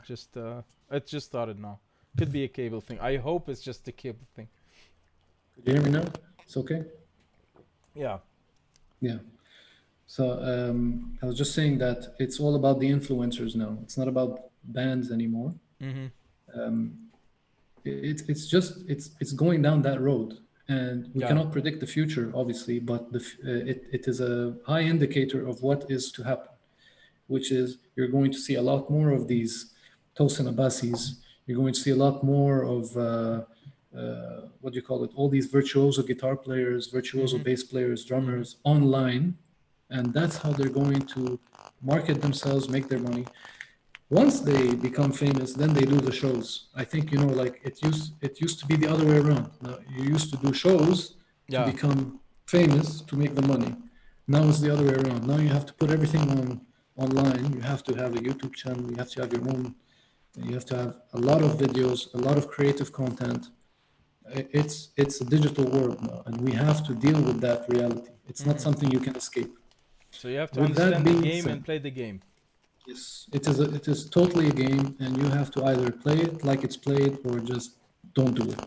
Yeah. And the only thing I can tell these young players, wherever they are, which is don't let that be a demotivation factor for you. Just focus on you and what you like to do. So, but always have a backup plan. Don't put all eggs in one basket, type of thing. Yeah. Like it's all you need a college degree. Like if you don't have a college degree today, like you're not going anywhere. I'm sorry. You But need that. there is a counter movement now that you don't need a college degree. Just learn something, perfect what you That's do, and you bullshit. get the job. That's bullshit. And I know who's saying things like that. It's Starting it's with an Elon American Musk. thing because of the cost of the education also. Yeah. Starting with Elon Musk, he's the first to say something like that, and I heard him say it a few times. And I totally disagree with it because Yeah. one, he is 1 in a billion. Let's start from here. Look at the statistics. That's where everything comes into play. It doesn't work for everyone else. Yeah, if everyone did that, then you would see a heck of a ton of a lot of people being successful without college degrees. But yet, you don't see that. It's not reality. It's what they are telling Yeah. you to do to kind of motivate you. And the US, by the way, has a different structure scheme. Like you said, Cost of education. cost of education is super high. And it's debt you have to keep paying for the next Yes. 5, 6, 7 years of work. Yeah, so they push you to become entrepreneurs. Like, they give you shows like Shark Tank, which I like to watch, by the way. It's fun. There are some comments I have to bring in. Your Sure. microphone was hissing a bit. Now it's gone. But if it comes back, I'll have to interrupt you and see if we can deal with it. Now it's good. Sure. Okay, but Okay. this this happens and sometimes in totally unknown reasons. Yeah. I have a comment from Joe Francis. He's saying first comment is like, what a demotivational speech when you say that the AI is gonna just come and replace. I think we'll go a bit more into that when we go into the science music relation. So we will discuss that. And I have my own opinion on the AI evolution, and people still do not see how far AI will go very soon.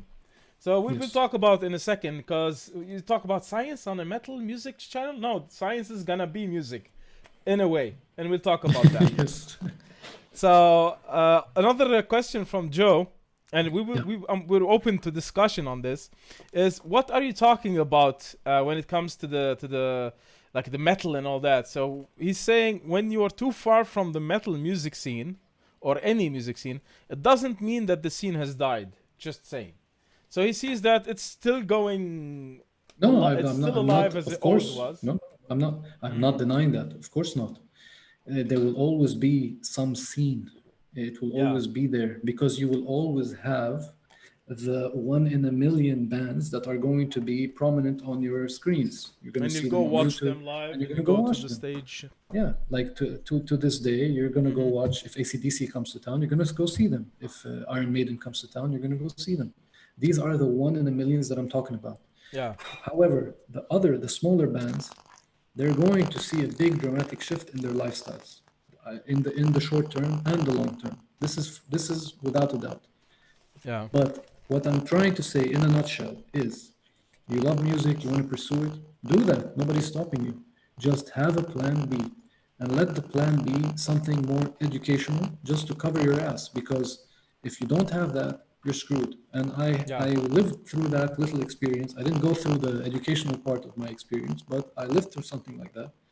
And it plays with your life. And at the end of the day, you're not born to just play music. You're born that you have to drink water, you have to eat, you have to have a roof under your head. These are factors that you will think about going into your late 20s, early 30s, like shit, I need money. I need to I need to feed myself or I'm gonna croak. Yeah. So that's what I'm basically saying. Pursue music, of course. I did it. Many people did it. Just do it for the love of it. Don't do it with the intention of being the biggest band in the world, because that's when you may be disappointed with those 1 in a million chances. That's all. So yeah, if you build all your plans on something with barely any chance of happening, you are already going for a big chance of failure. Okay, so we'll get back to the science part because that is a big portion of our talk. And on the music science relation and science subject, we have an hour on itself to go around that. We're gonna listen to some tracks about science, metal tracks, singing about science in their own way. Aryan, as an example, maybe.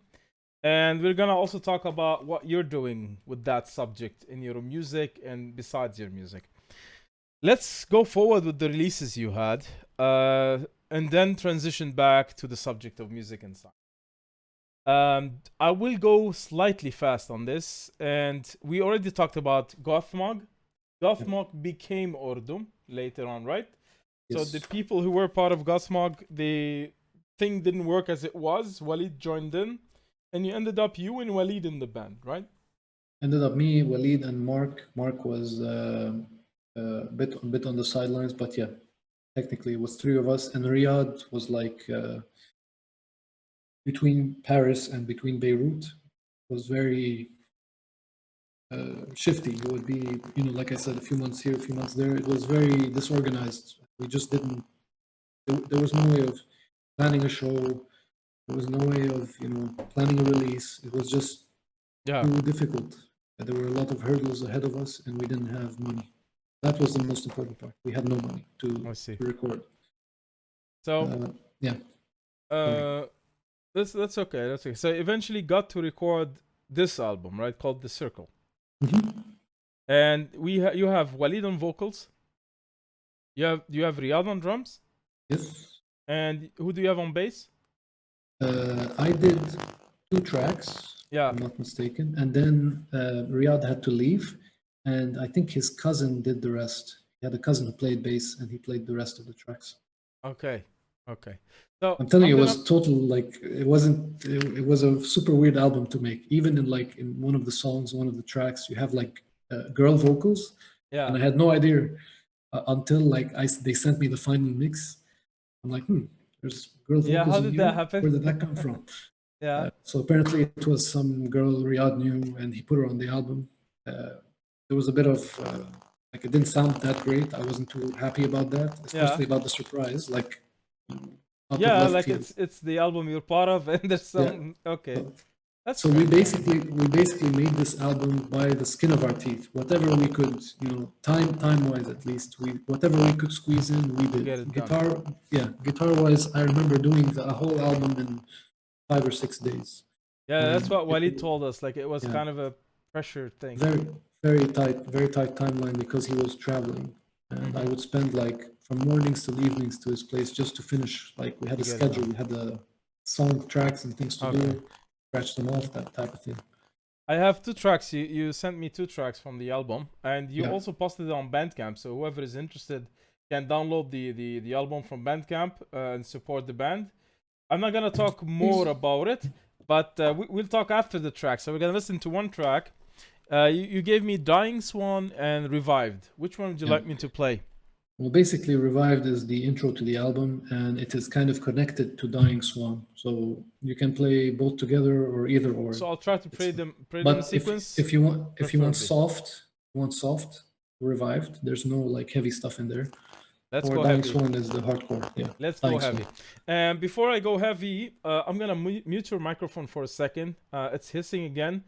Just plug, unplug, check it, and after the track, we'll see if it's gonna go well. Okay.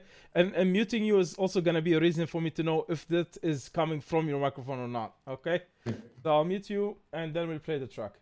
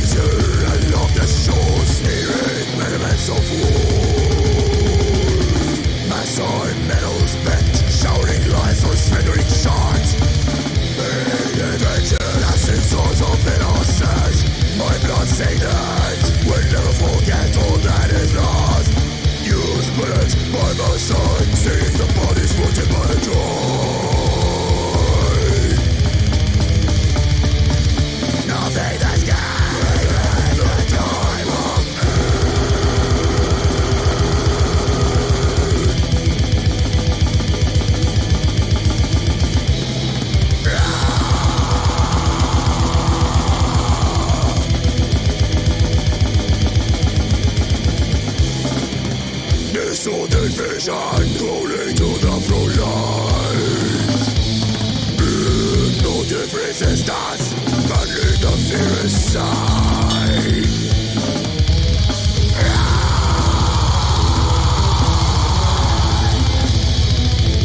Nine quark-eyes, with no stories left in my mind.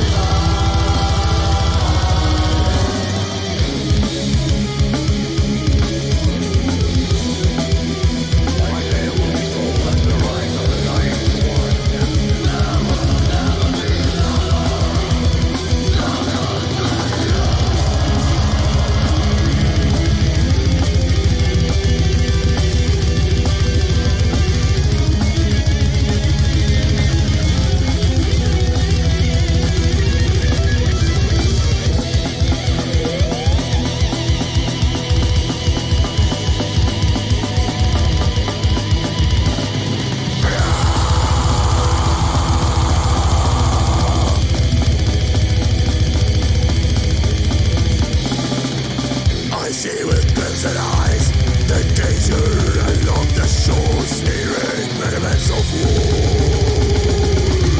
Massive metals bent, shouting lies on smettering shards.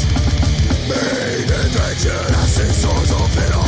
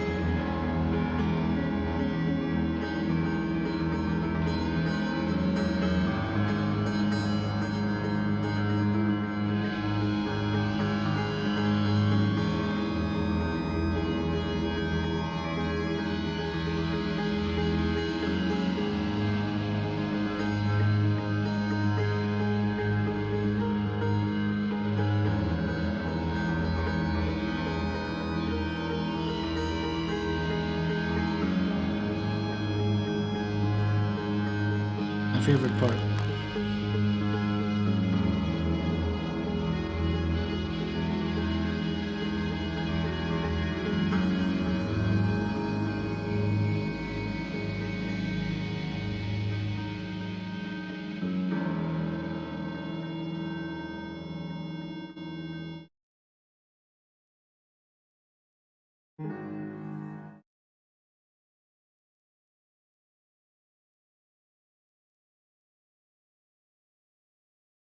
Damn.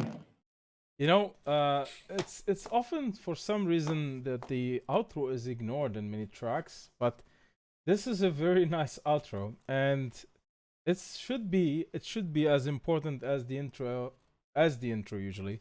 But I guess the radio friendly music emphasizes the intro because it needs to hook you in, and Yeah. ignores the outro because the outro is usually advertisement.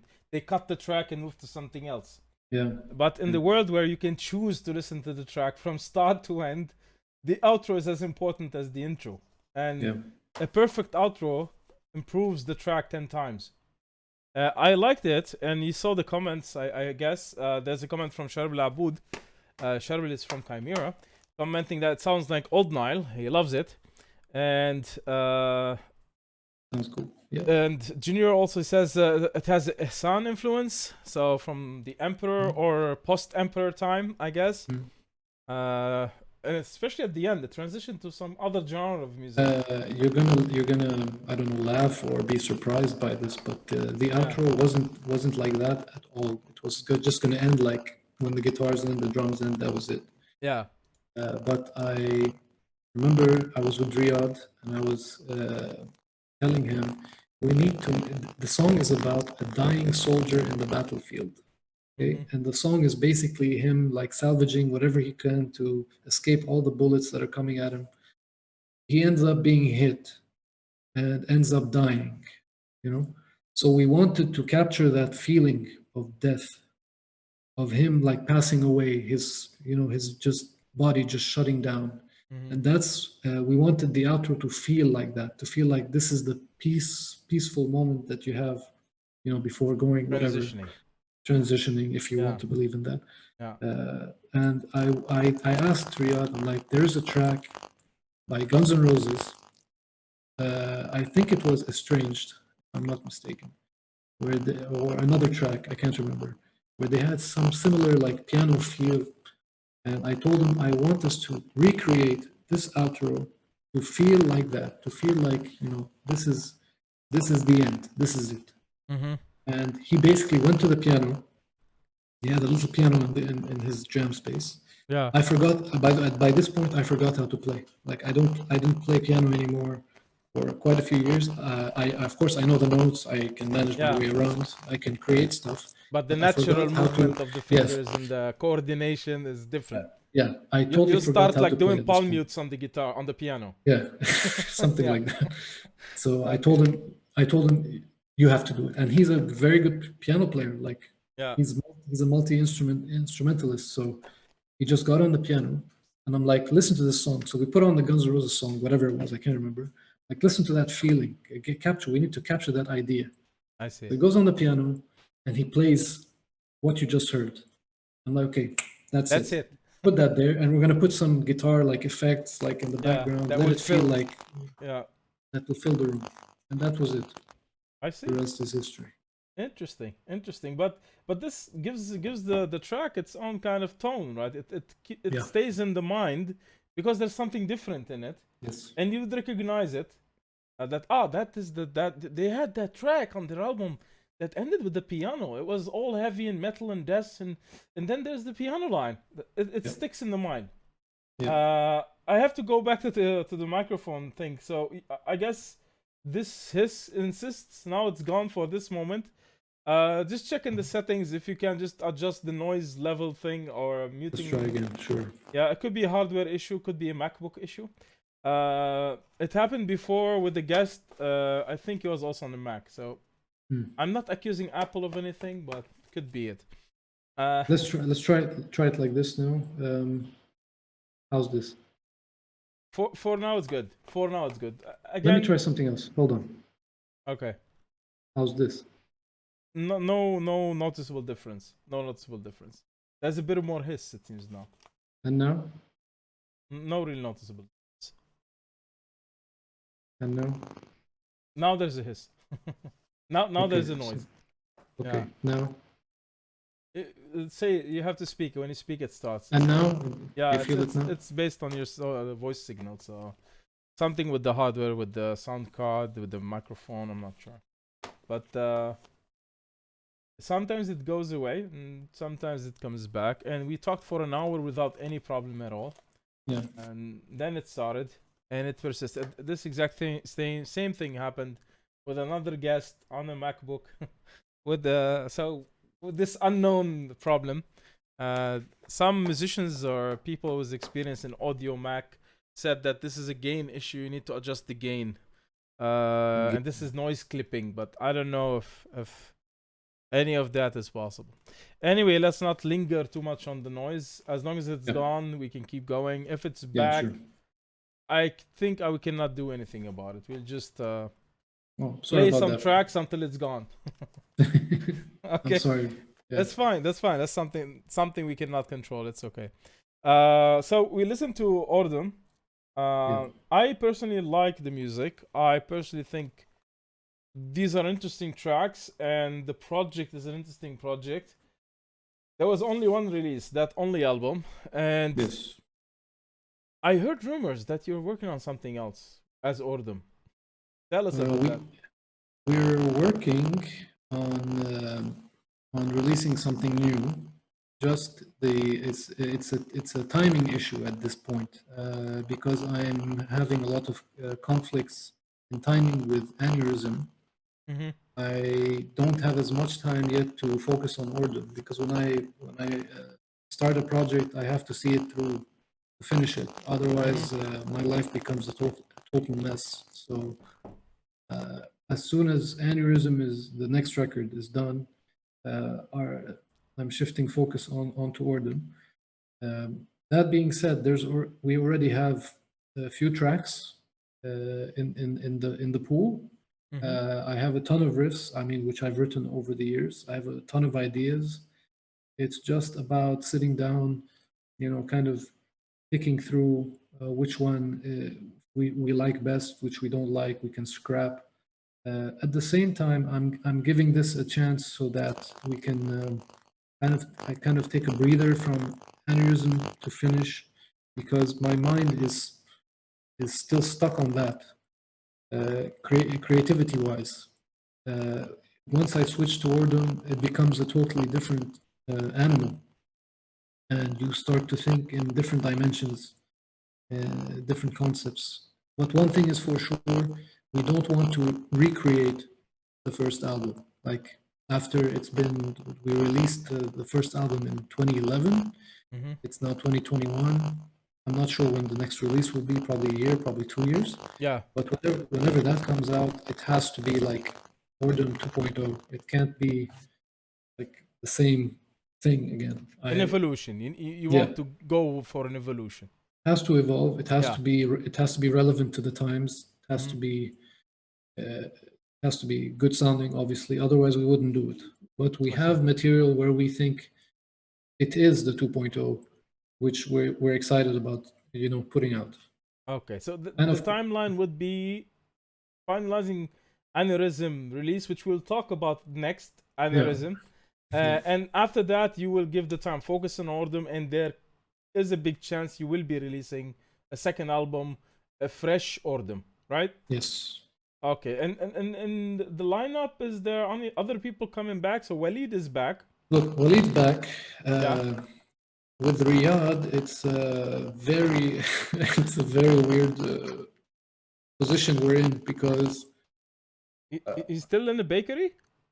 No, he's moved on. No, he's moved to the UK. He's doing other things. Different life. But we're not in touch with him. That's the problem. And he doesn't. He has a very bad way of keeping in touch with us. So we spoke last, I think, 1 year ago, and we talked about, let's do Ordum 2. Yeah. And he was down. He was the one who suggested it, and he wanted to do it. Yeah. So we started talking a bit. I sent a few demos, and then he disappears again. Like, he has this attitude of showing up in your life for like maybe a week or two, and then disappears for like, I don't know, 6 months, 8 months. Yeah. Now, from that experience, he disappears, and then he crops up into my life maybe 3-4 months ago. I can't remember exactly, but not in the way you think. I was going through my Instagram, and I see his page. Yeah. I'm like, I haven't heard from Riyadh in a while. Let's see what he's doing, because usually he takes photos of nature and then he posts it. I'm like, okay, let's see how he's doing, where he's at. I go on, and I see in the memory of Riyadh Hajjar, who passed away, blah, blah, blah, blah, blah. I know it's going to be a shock to some people right now, but I saw that, and immediately I spoke to Walid. I'm like, Walid, go check this out. What the hell is going on? So Walid goes, finds the same thing. He's like, what? I can't believe it. It's not true. It can't be true. Like, well, it's a page on Instagram dedicated to his memory saying, rest in peace, blah, blah, blah.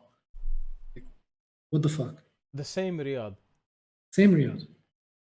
So we started, we're like, or I'm already mourning. I'm already like, going to start tearing. I'm going to cry my eyes out. Yeah. I'm talking to friends. I'm telling the other band members that who used to play with him. Walid is telling friends from his side, telling them, look, check this out. We message him, and Walid confirms to me, like, I've been trying to message the guy, No and he replies. doesn't answer me. No replies. So, like, we had kind of evidence, and then we reach one of Riyadh's friends, I think, who used to play in Plethora, I think, or Junkyard. I think he used to be in Junkyard or something. And we tell him, this is what happened. He's like, hold on, let me check. So he calls Riyadh, and Riyadh answers the phone. And he's like, dude, you're dead. It's like, what are you talking about? This is his soul speaking. Yeah. It's like, yeah, online, you have your Instagram page says you're dead. Yeah. What the fuck? And like, what? No, I got hacked or something like that. I'm like, okay. It's not making, like, who would hack and do something like that? Like, such a deranged person. If it's even true, I don't know. He's maybe it's the IRS. He's evading taxes. Yeah. So I was already like in tears. I was crying my eyes out, thinking about all the memories during waiting for this call to happen, between waiting for news back. Yeah. Then I get the call from Wade. He's like, yeah, the guy's alive. What? Are you shitting me right now? Are you like, yeah, he's fine. Yeah, he said that it was hacked. I'm like, okay, I guess I'll go to work now. I'll move on with my life. That's so weird. That's so weird. Okay. And he never like clarified. He never clarified like what. And I told Walid, I am not, like, I'm so pissed right now. Like, if this is a game, and I remember telling Walid, there's something fishy about this. I feel like there's something fishy about it. Yeah. And if it's true, like, I'm totally, I'm gonna disconnect totally. Like, there's no way I can speak to this person. Like, what the hell is that? Yeah. So anyways, we haven't touched base with him. We just know he's alive. So I don't know at this stage what Ordum 2 will look like, if it's with him or without him. Yeah. I still love the guy. He's an old friend. But I'm gonna give him a piece of my mind if we speak to him anytime soon, before I talk to him about Ordum 2. That's for sure. To discuss the incident. Yes. And other things. I'm gonna play a track by Anuryzm. One of from the first album, Breaking the Ballad, the official version. Yeah. And so we know what we will be talking about. Then we'll talk how did that start as a project, and where were you living during that process? Things changed and stuff. We'll talk about that. We'll listen to it. In the background, while we're talking, Patrick was searching online to figure out what can we do with the noise on the microphone. And his best suggestion is restart your PC. So while we're listening to Breaking the Ballad, just go ahead, restart your PC and join the conversation again. Okay? Got it. We'll be here. All right. So we're going to run the track. Here we go. Breaking the Ballad by Anuryzm.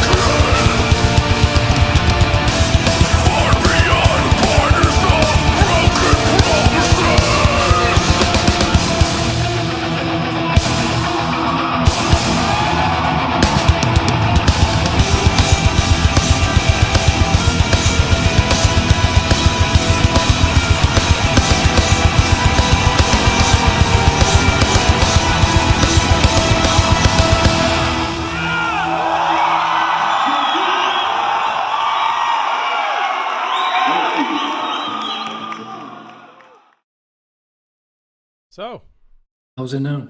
you're back. Yeah. That was Anuryzm. Listening to Breaking the Ballad. That was, I think, the first track that you released from the album, or that you played from the album live, or let's say the Uh, first taste of what the album was meant to be. yes, we had 3 singles from that album. Mhm. I think it was the first video that we came up with. Yes. But I think we released like singles before that. I think Mhm. we came out with another song called Wide Awake. But yeah, this was definitely the first live video. Live. I mean, we took live footage and turned it into a video. And we used footage from, I think it was when we played with Avenged Sevenfold, if you know the band, Yeah. and some like back of the scenes kind of thing, and Mhm. just mashed it up again. When you have no money, low budget, you kind of depend on friends and family to help with this kind of thing. And So work we on had the a editing friend, and. Mhm. yeah, we had a friend film like footage, and another friend who did some editing and that So, kind of but thing. when you got to that release, you've already played as an opening band for Avenged Sevenfold Yes, yeah, already. it was Okay. already done. And that was in Dubai? No, that was in Abu Dhabi. Okay. And you Again, were the already year, living there? yeah. Well, I moved back in. I went around the world a bit. I went to Istanbul for a few years. I went to Toronto for a few years, and then I ended Mm-hmm. up back in Abu Dhabi in about 2010, 2010-ish. Mm-hmm. And I revived the band from there. But Anuryzm started from in Beirut before finishing college. Yeah. Uh, we were we were looking to like play songs and to make money in the bars. We had some covers in mind, which included some bands like Creed, some Nickelback. Don't kill me. some, Did you just say Nickelback? so, Yeah. yeah, Look at that Creed, photograph, huh? Okay. yeah. Okay. Some Three Doors Down, things like that. We wanted to Yeah. play commercial The hits, tracks. the rock hits Yeah, of the time. Yeah. exactly, of the time. We wanted to just make some money because we were like broke. Like all the guys, we wanted to buy equipment, Yeah. wanted to record, couldn't do anything. So we're like, let's maybe So try you and make played the some game. money. So you played the game. Oh, yeah, we sold out. Yeah. But to be fair, it didn't work. So uh, we maybe played 2 gigs Mm-hmm. with that lineup. It was some close friends of mine from college.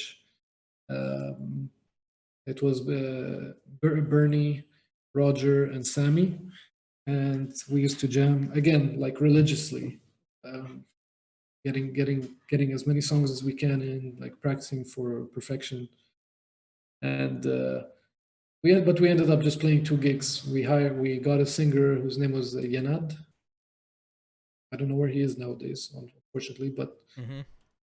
he joined. He helped us out. We played those 2 gigs, and that was like literally the year I was graduating from college, and even like the last month I was graduating from college.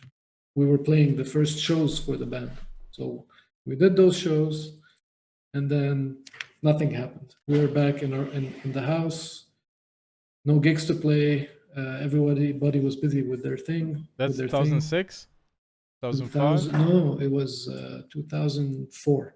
Still that early. Okay. Yeah.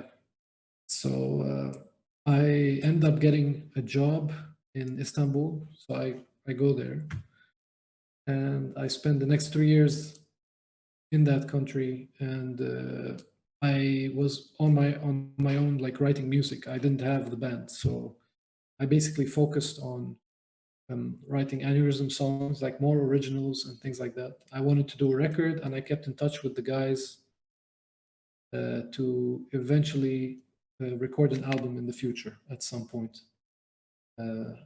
Then one day in I can't remember what year exactly it was. It was, I think, 05 or 06.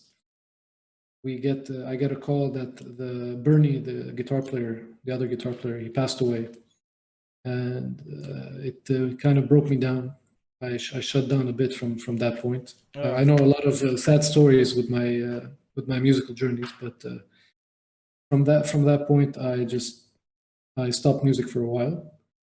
The band stopped, obviously, and then when I ended up picking it up again, I'm just fast forwarding because it's not a very interesting part of my life musically. Mm-hmm.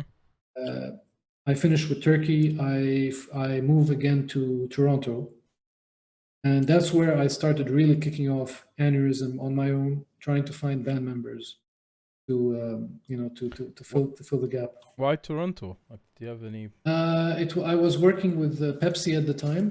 Oh, I okay. found a very good job with Pepsi, and they.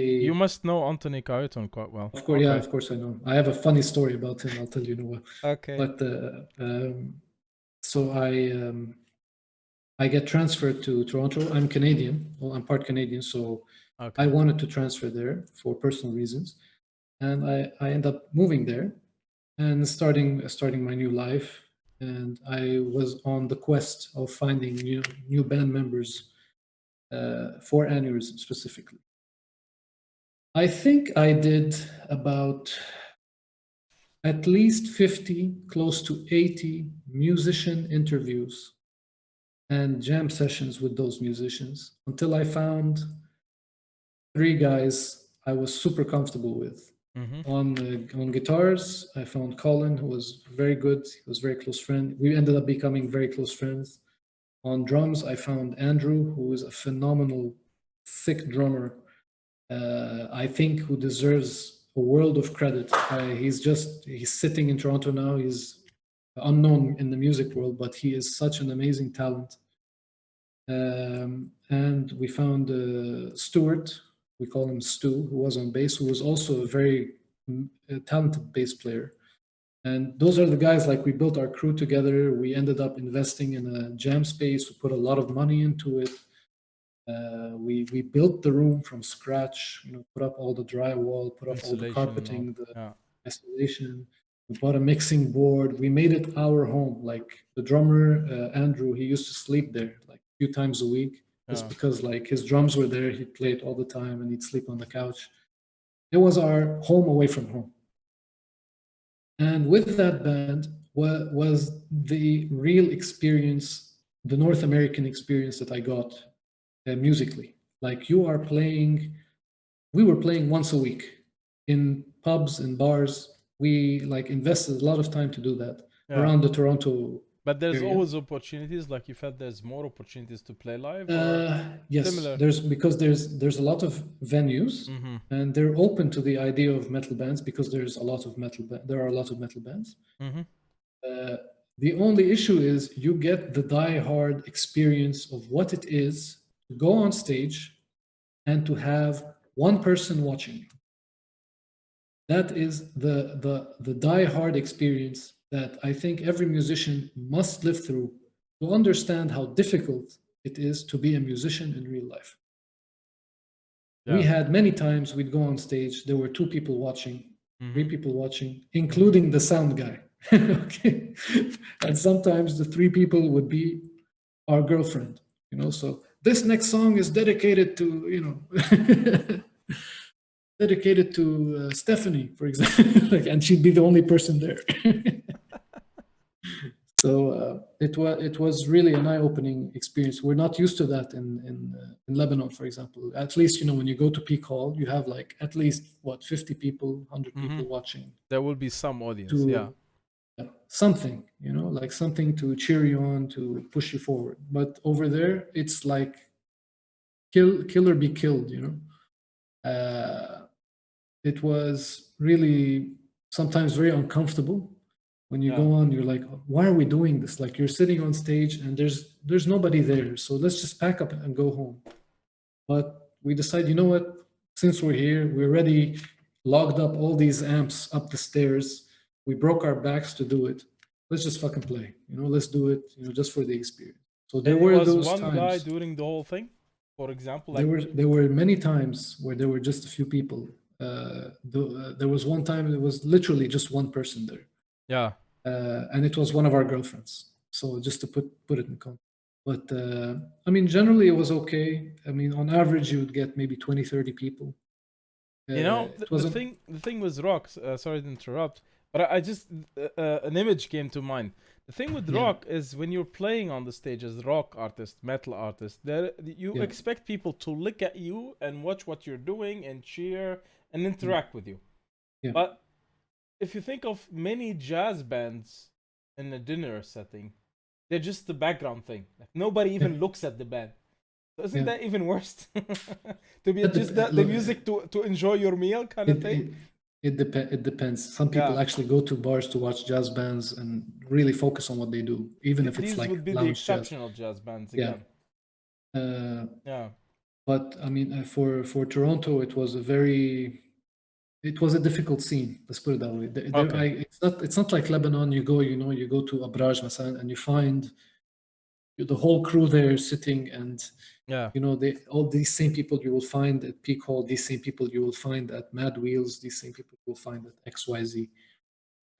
In Toronto, you're gonna get a different crowd every time, even if you play the same place.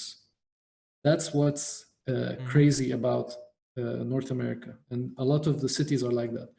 The only place we were recommended to play at were at places outside Toronto, because then you have, the hubs, the little towns, the what do you call it? The small towns, basically, not like Toronto downtown, just outside, like Mm-hmm. little. And in those areas, you find a lot of metalheads. They have a lot of gigs, and bands there are very well supported. Like you go there and you play. It's a full show, 200, 300 people, easy. We didn't have that opportunity. We maybe did it once, but that was it. We didn't have that chance because we were focused on downtown, and to get to those places was too far. Again, we're back to money again. We didn't have the means. You needed a van. You needed to do this. You need to do that. It was not in the cards for us. Long See. story short. And I can But we did what we quickly did. We did what we did. look into the art of the first album. Hmm? We mentioned the album. We mentioned tracks from that album. We can show the album cover. And one thing that's special about Anuryzm, and I think many people commented on, and I enjoyed, is the artwork. Can you tell us more about who worked on this artwork and what kind of imagery is in this kind of cover, and how does it connect to the content, to the tracks? Sure. Okay, so we, when doing the music, we wanted to create kind of a mascot for the band, kind of like Iron Maiden's Eddie or Megadeth Vic. With actually, I was doing this on my own, thinking of having something like that, just to kind of have the audience connect with the visuals as much as the audio. Mm-hmm. I was very inspired at the time by politics during the first album period. Everything politics and how it molds and changes the world. It I looks a thought bit like maybe the shores. It looks like the seashores of Lebanon, the cities of Lebanon somehow. Yes, exactly. There's the politician on top with his cigar, right? Yes. I obviously wanted a link to Lebanon, but more importantly, I wanted to create a character that didn't have a face. You couldn't see what they looked like. You just knew that they were like some sort of a puppet, just managing or commandeering all this chaos that's happening all The around. hidden figure, the hidden figure. Mhm. And that's exactly what the first album was. I mean, the artwork for the first album was about. It was kind of creating that persona. Mhm. I thought of the businessman, maybe in his late 50s, early 60s. You can't see his face, pockets full of cash, cigar, all that stuff. Explosions And that's destroying how. the city at the same time, Yes. pollution. Yes. But he seems happy about it. Yeah, but he's happy. He's making money. He doesn't care. Mm-hmm. This it ends up being kind of the theme of the album. So there's a lot of political innuendo in some of the songs, Yeah. especially with a song like "Breaking the Ballot." It's basically like a call to action, telling people, just Vote you know, in another vote, why direction. vote? Just fucking break the thing, Yeah. revolution, blah blah blah. That was kind of the idea. But as we moved on to the next record, we started thinking, okay, how about we make this character evolve with every album, so we can have kind of a storyline going. And when the second record came about, we envisioned it coinciding with the music. So the first album was modern era music for when the album came out, which was 2011. Yeah. 2011, and the music was corresponding to that time frame. It was very modern. It was aggressive. Politics It at was the time also, there was a lot of disturbance in the area, right? yes. Disturbance in the force, you can feel it. Yes, exactly. Not as much as previous years, but still, I mean, there was something there. There's always something going on if you think about it. Every day, every year, yeah. Yeah. When we went on to the second album, the music was very influenced by older 70s, 80s prog rock. Mm-hmm. It doesn't show too much in the music, but it is very influenced by that era. Basically, very long songs, different passages. Nothing too commercial. Like you won't hear a chorus like 2-3 times in a song. That type of thing. It was always like a progression. More. Yeah, it was a song. The song was always going somewhere. It was taking different directions all the time. Mm-hmm. It was a very difficult album to write. It was a very challenging album to record. Even it was. Probably one of the worst periods in Anuryzm history, but we got it done. Why? What was the challenges? I mean, when you have so much music that is diversified in the album, you're going to have clashes internally. Like, no, I don't like this part. No, change that. Fix this. Yeah. It's not like you have a very simple song, 3-4 minutes. You have like 3-4 riffs. That's it. Like you can work with that. This was like you're talking every section in detail. No, why did you play that note that way? No, let's go up. No, go down. No, play this. No, play that. It was just like gonna shoot each other in the face recording that album. I remember. So it's difficult when you diversify too much and not everyone is on board. Exactly, because they don't like because I write all the music practically. Yeah. I hear it here. But then when you translate like into demos, so the guys can hear, maybe the demo is not the best. Maybe it doesn't give like the exact picture thing you imagined. Yeah. It's a scratch. You're hearing symphonies here, and then you end up with a flute in the demo. Yeah. So I mean, there were definitely moments of intense conflict with many of the songs, but we pushed through, came to the end, thankfully. I mean, it really took a lot of energy. But it created an album that was really different than the first one, which is very proggy. Even the sound is very different than the first one. It's not a modern type sound. It was very natural sounding.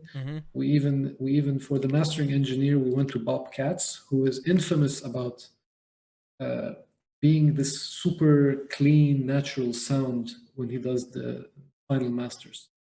So when you hear the songs, they're super pure.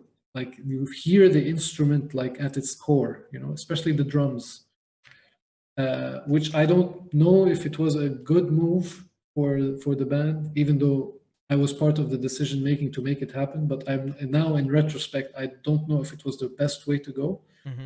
But it was.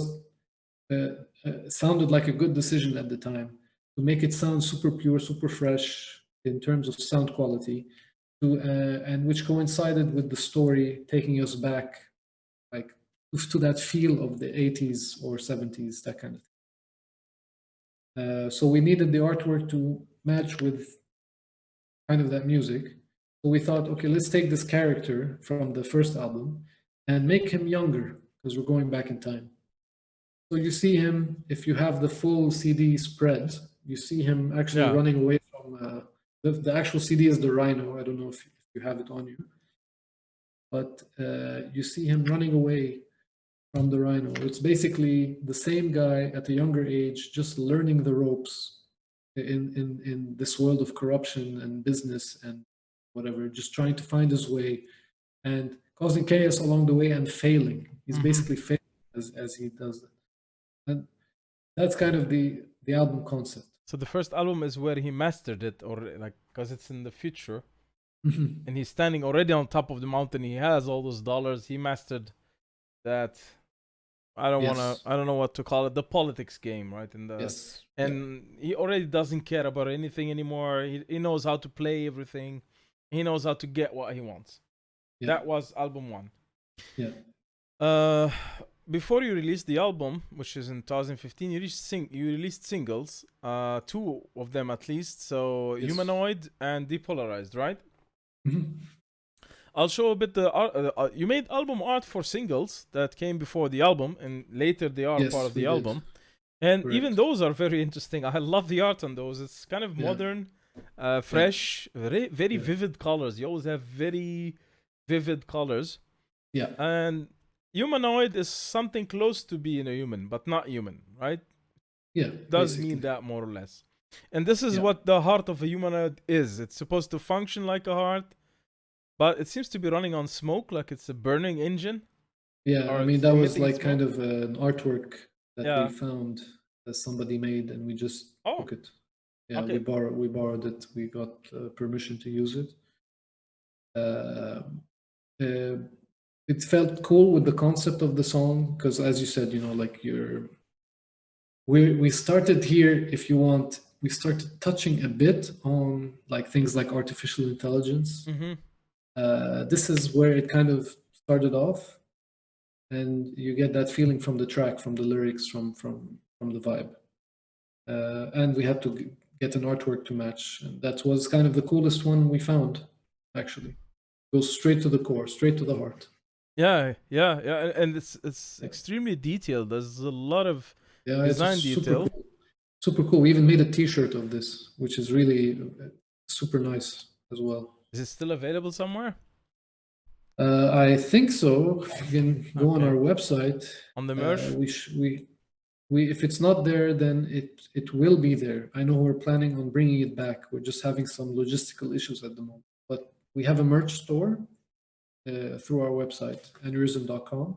Yeah, I'm trying to go there. Maybe I can check what's on that and just share I need to work on this with Jay because Jay is usually handling all the merchandising stuff, but I need to touch base with him on that.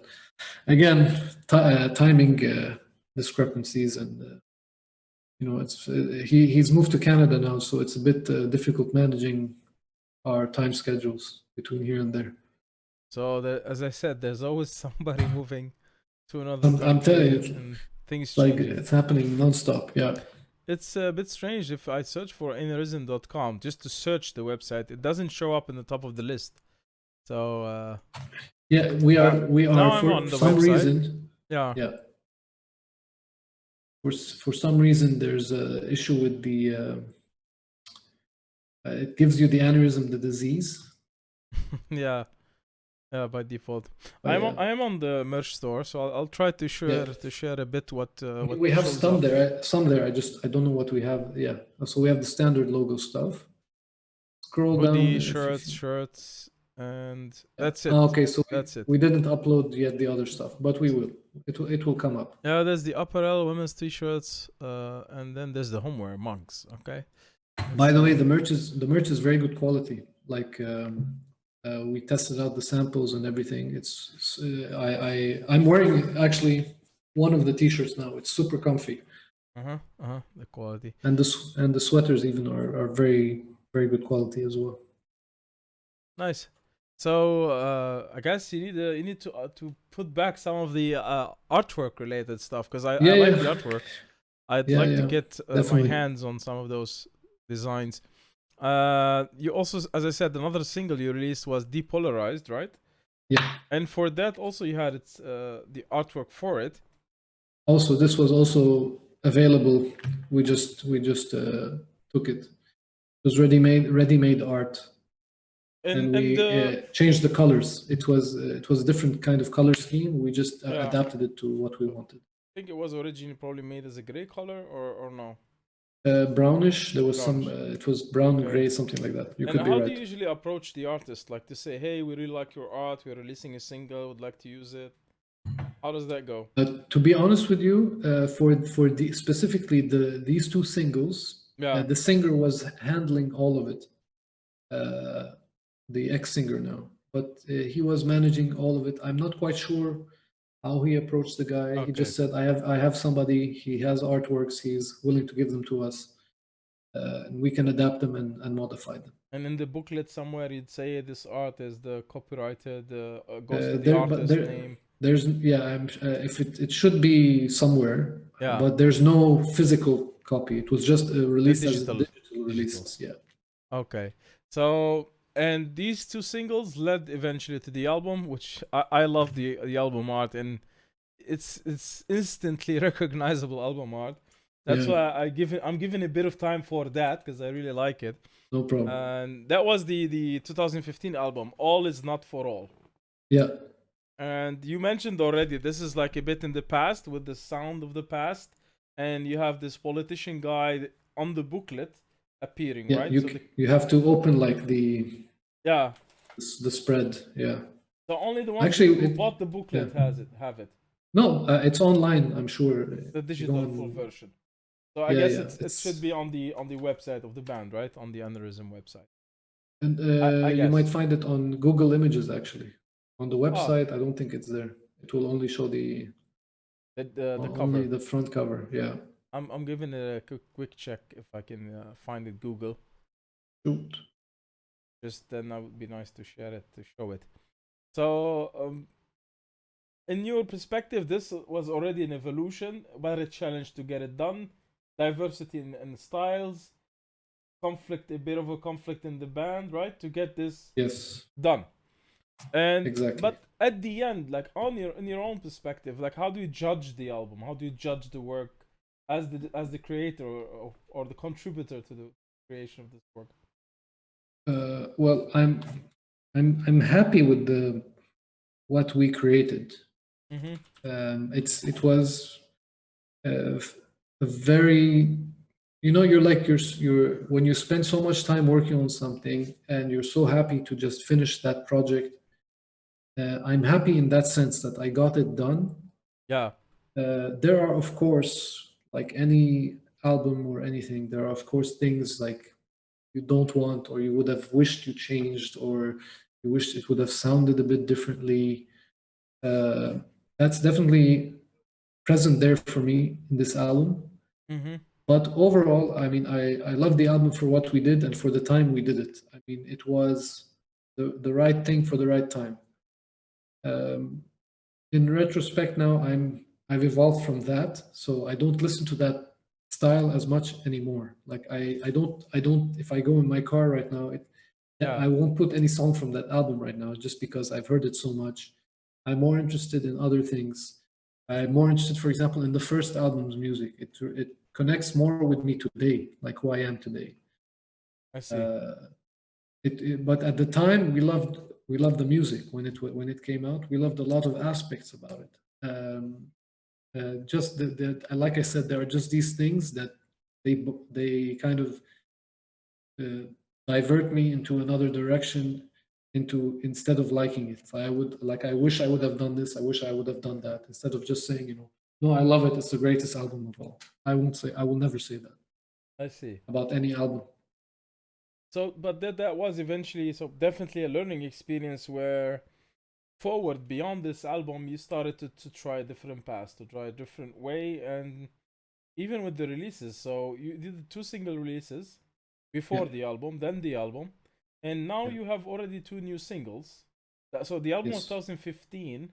Then we have 2 new singles 2020. That's a year ago, more or less. Mm-hmm. And does that mean there's an album coming? So the 2 singles are out. Is the album next?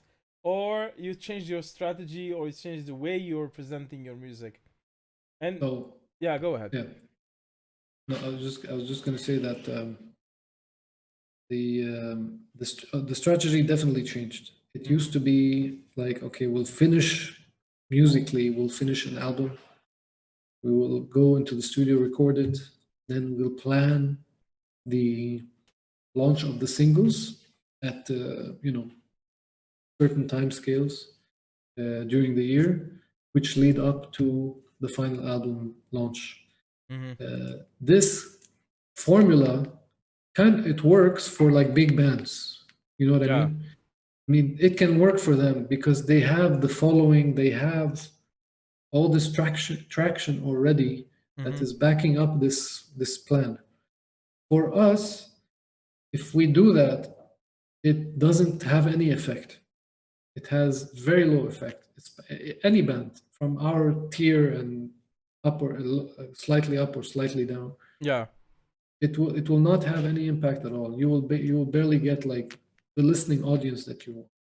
So we changed the strategy for this third album now, basically saying that instead of releasing an album, in an early times fashion, Yeah. we're going to release singles, maybe one single every 6 months or one single every year, something like that. Is that a common approach for like, if you say the bands at your level, what you would consider maybe not the full arena bands, is that a common strategy today for many bands that they are adopting to go with singles after singles? I know When Yes. the World Burns, for example, is also doing that. So they're releasing a Yeah. single after single that Yeah. could end up an album. So Yeah. just the summary of all singles, maybe 8 singles, will be an album. Yes, that is the best strategy today for a band like ours, or like When the World Burns, is to get exposure and put content. You need to have that.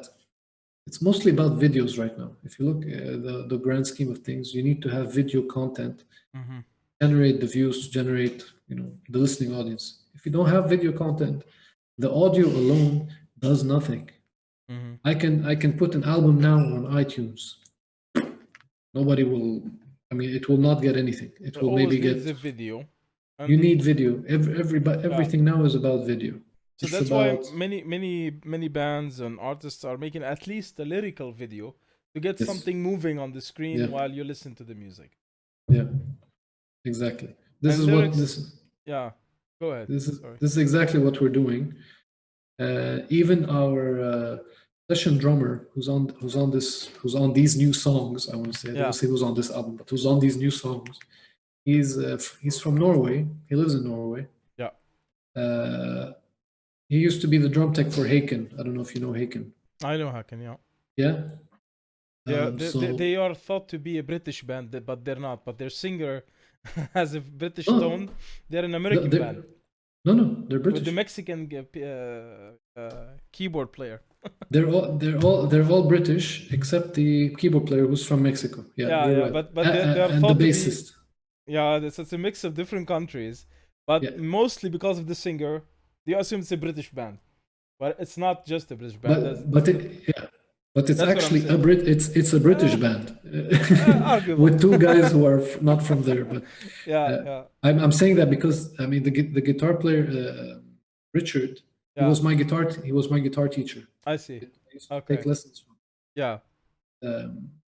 So When was very- that, very- more or less? Plus minus year.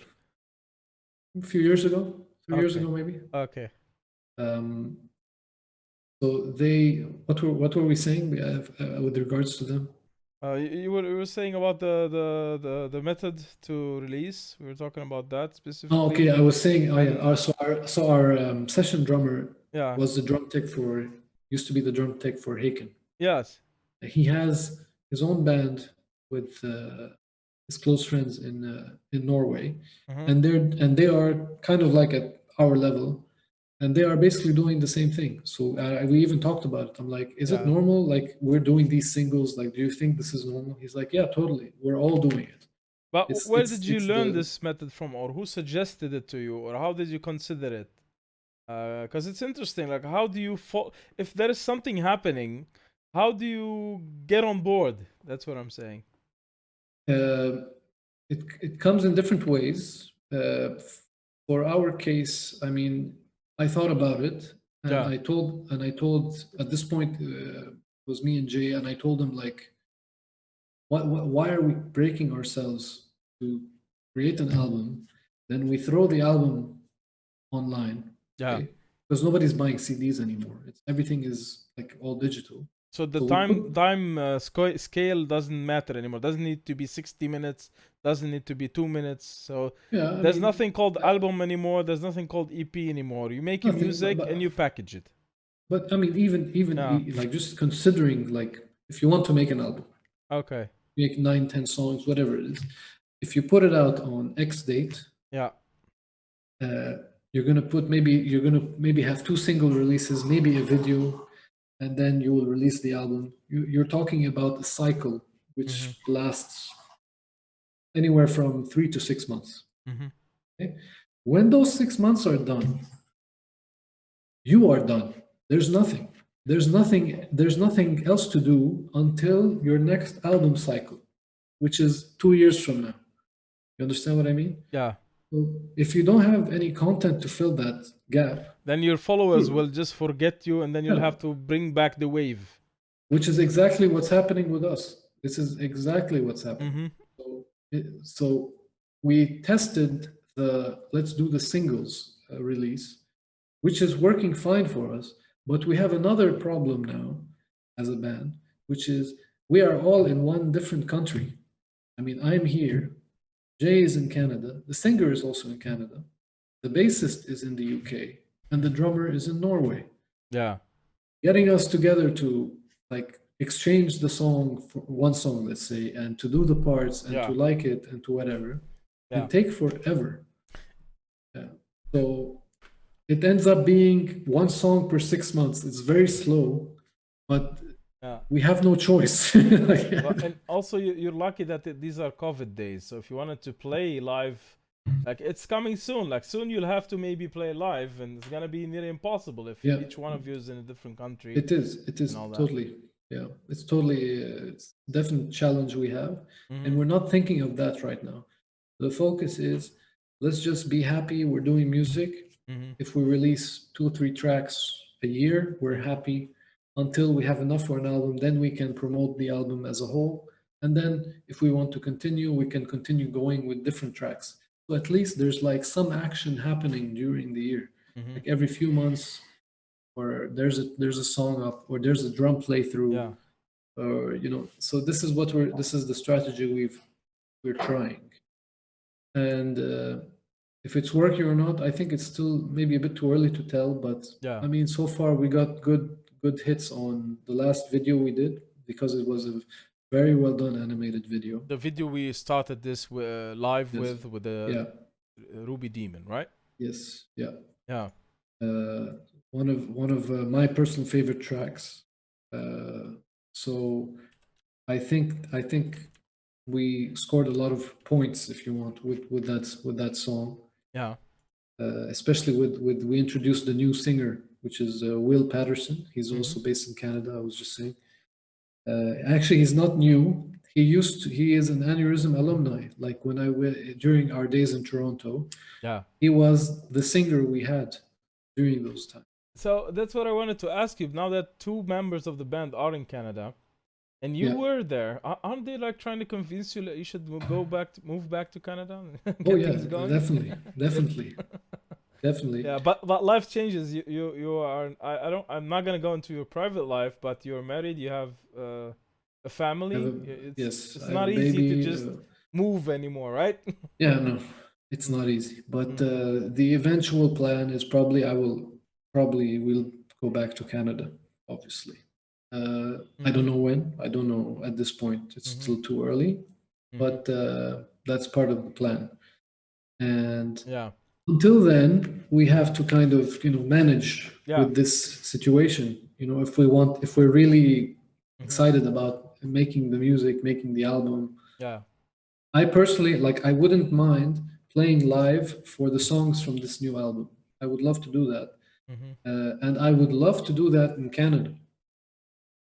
I think that would be an amazing thing if we can like be on some festival circuits specifically in Canada. Maybe I don't know about the US. It's very difficult for artists today to tour the US if you're Yeah. not American. But definitely Canada and possibly maybe UK, for example. We haven't done the UK before. Let's see. I don't know. I mean, we have all the guys want to do it. It's just Yeah. COVID and COVID, money, work. Like it's all mixed up right The now. whole thing. Yeah. I'm gonna go on a side question here, on a very Yeah. like a side question. After you've released Ordum, maybe it's the heavier side of things, of course, like, as an album, and then Worm's Eye View, and then the latest album, 15, and those singles, and you've moved forward in your passion of making music and recording and releasing. Did you get at this stage of things, because you said you went back and you have a family business and you're working with the Yeah. family, did you get some like opinion from your father on the music you're making at this moment, like after all of that? From he loves he loves it. He loves a lot of the songs, especially where you have different prog stuff happening, like different beats, song stops, starts again, aggressive, soft. He Yeah. enjoys those. I'm happy, like he's shown interest in that for me, so Yeah. I'm very happy about that. And he always has like tells me some comments, because like he was a musician also, like, you know what, this song needs a break here, think about it, like Yeah. just when you start playing, all of a sudden stop, then come back in. He's a big fan of those stops. Yeah.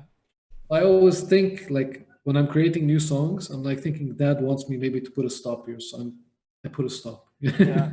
I think one of the famous lines, I think in the I think it was, I'm not sure, but I think it was Beethoven in one of his discussions with his students. He was saying a no note is a note, something like that. So Yeah, like that's having nothing even is a note in your music. that's cool. Yeah, So I believe that. I believe it too, because there are some pauses in tracks that make the track amazing. So Yeah, the pause itself true. is something, a signature of a track. Yeah. I still have many questions on music, but I want to start slowly transitioning into science. Okay? Okay. Before I do that, I'm gonna just take a look on the videos we have. And let me see, we can play Etheride. And I think there's a lyrical video of Depolarized. Which one shall we play? Etheride. Etheride. Depolarized, just audio track. There's no lyric video for that. Okay, so we'll go for Etheride. And then we transition to science and music, and we go to the AI subject. Cool. Let's go. Let's go.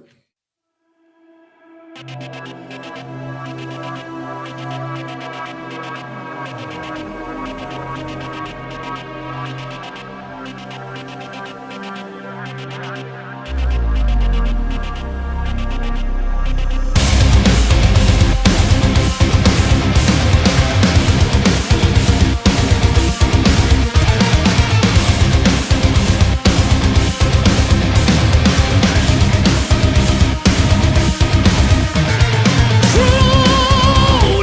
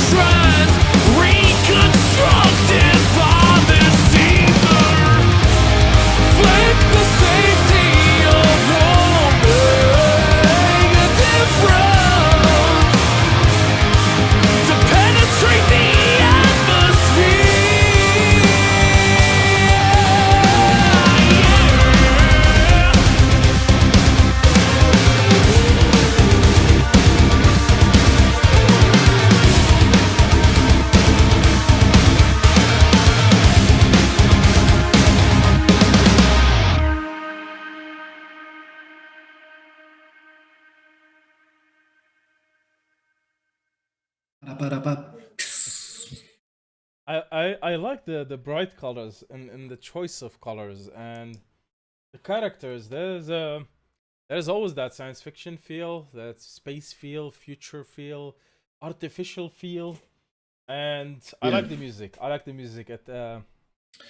Thank you. It fits well together. Thank you, sir. Everything, visual, audio, and that's a track I would love to share. Like visually and audio wise, I'll say check this out. That's a cool track. Yeah. I agree. This could work when you make a track and a package, a visual, and you can easily share it. Somebody would enjoy it, and if he enjoys it, he could share it and say, "Hey, check this out, cool stuff." Yeah. So you got also the response you expected on this video also. For Etheride? Mm-hmm. Yeah, we got a pretty good response. The direction of the music feels a lot more mature. It has matured over the years versus the second album, Yeah. where it felt like it was very proggy type riffs from the 70s and 80s.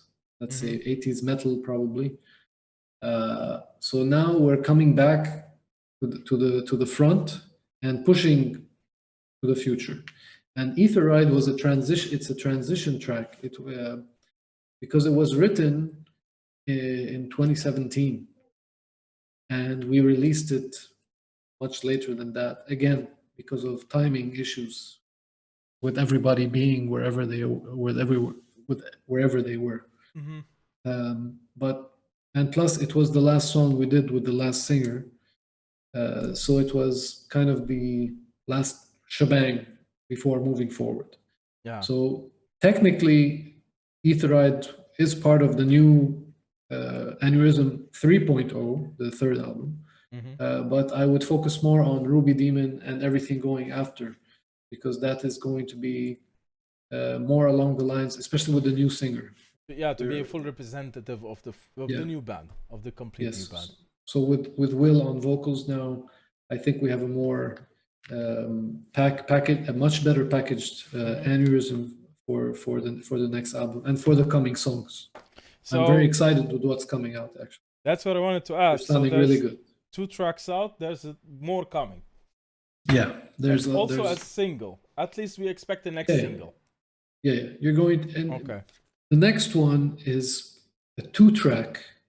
We're deciding how we're going to put it out. Okay. We're still in the middle of that right now. It's looking to be a 2-track release. Yeah. It's kind of a prequel to a song. So we're deciding if we do it with the song by itself or with the prequel, or we do 2 separate releases.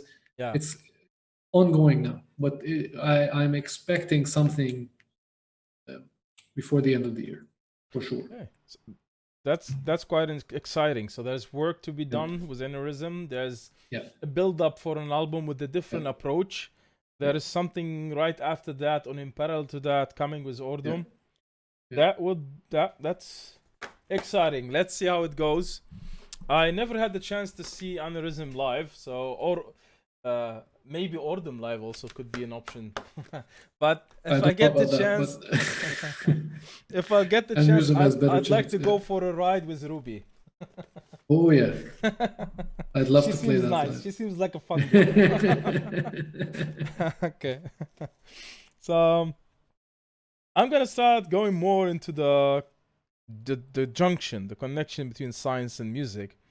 The reason for that is basically I am in nature a scientist, in profession also a scientist, but at the same time I love metal music. I'm a fan of metal music. I'm listening to metal for all the time. I enjoy the music, and somehow out of my curiosity, digging for more music that is closer to my interests, I found many albums, not just like a track, albums that are talking about science as in a metal track, as a fantasy track with some scientific story in it, from a perspective of a scientist researching the theory of everything. And that's one of the best examples I have would be like the album by Arian. And that album is basically talking about like this life story of a scientist who's trying to discover, the secrets of nature, the science behind nature. And the album is called The Theory of Everything. And so it is about the theory itself. And I find more and more of that. But I know that you are someone who's also into science. And you mentioned to me that you're studying at the moment, going further into astrophysics specifically. Yeah. And you're still making music. So how do you see that as a combination, and how do you work with that? Well, I kind of fell into it, to be honest. From the second album of Anuryzm, I told you there was a lot of conflicts happening internally. Yeah. As soon as the album was done, I needed a vacation from everything Anuryzm at that time. I see. So I took a very extended vacation, and I started to read a lot. Read a lot of books. It was very close to the time my grandma passed away as well. I told you a bit about that earlier in the interview. Yeah. Very close. Thank you. And I remember going back to, after the funeral proceedings and all that, I remember going to her house, and we were kind of packing everything, just to shut the house down, because there's nobody there anymore. I found in one of the dressers something my grandpa had written, and my grandpa is a physicist. He used to teach in universities and schools throughout Lebanon back in, really? In the 50s and 60s. So he did a bachelor in physics? He was a professor of physics. Okay, but he's totally into physics. Okay. Yes, totally. He wrote books, and the schools like in Sagesse or in June, I forgot which one, they were studying from his books. They were the school curriculum. Okay, yeah, interesting. And he has my name. It's the same name. Okay, so, John, or the Arabic version. Jean. Okay, the French version. The French version. Yeah. So we were going through packing stuff and whatever. And back when I was living with her, I remember like I used to see all his books. Like we had stocks of them, because from when he passed away, my grandma would make some income from selling those books to schools. They would still be teaching them up to the mid-90s, something like that. It was still kind of relevant. And then they had to change the books, and the curriculum changed a bit, so they stopped buying the books from us.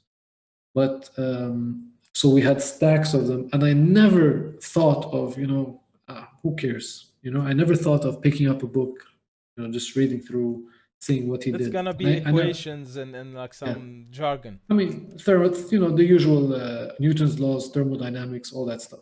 You never had interest in those, like I was good in high school, but I wasn't yet like in those years I was there. I wasn't yet like hooked. Let's put it that way. So I was going through.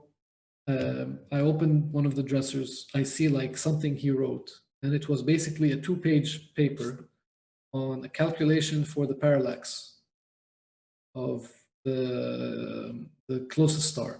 Okay.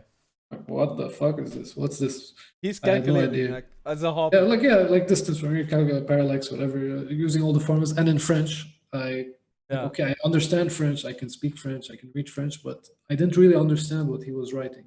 And of course, I was out of physics, so I didn't get what he was writing at all. Okay. But I took it. I kept it with me, like, okay, wow, this is super interesting. Parallax. What's the parallax? Let me research it in English. So I researched in English. I'm like, wow. And he's right there doing calculations about this stuff. Like, I wish I met him. I never had the chance to meet him, unfortunately. But he passed away when you were still very young? Or? I wasn't even born. I didn't, it was too old ago, a long time ago, sorry. But it kind of stuck with me, and I kept it, and I have it now in my room. From there, I thought, you know what? There's something like I was always interested in this stuff as a young boy, and I would always ask my parents like stuff like, what are stars? What is this? What is that?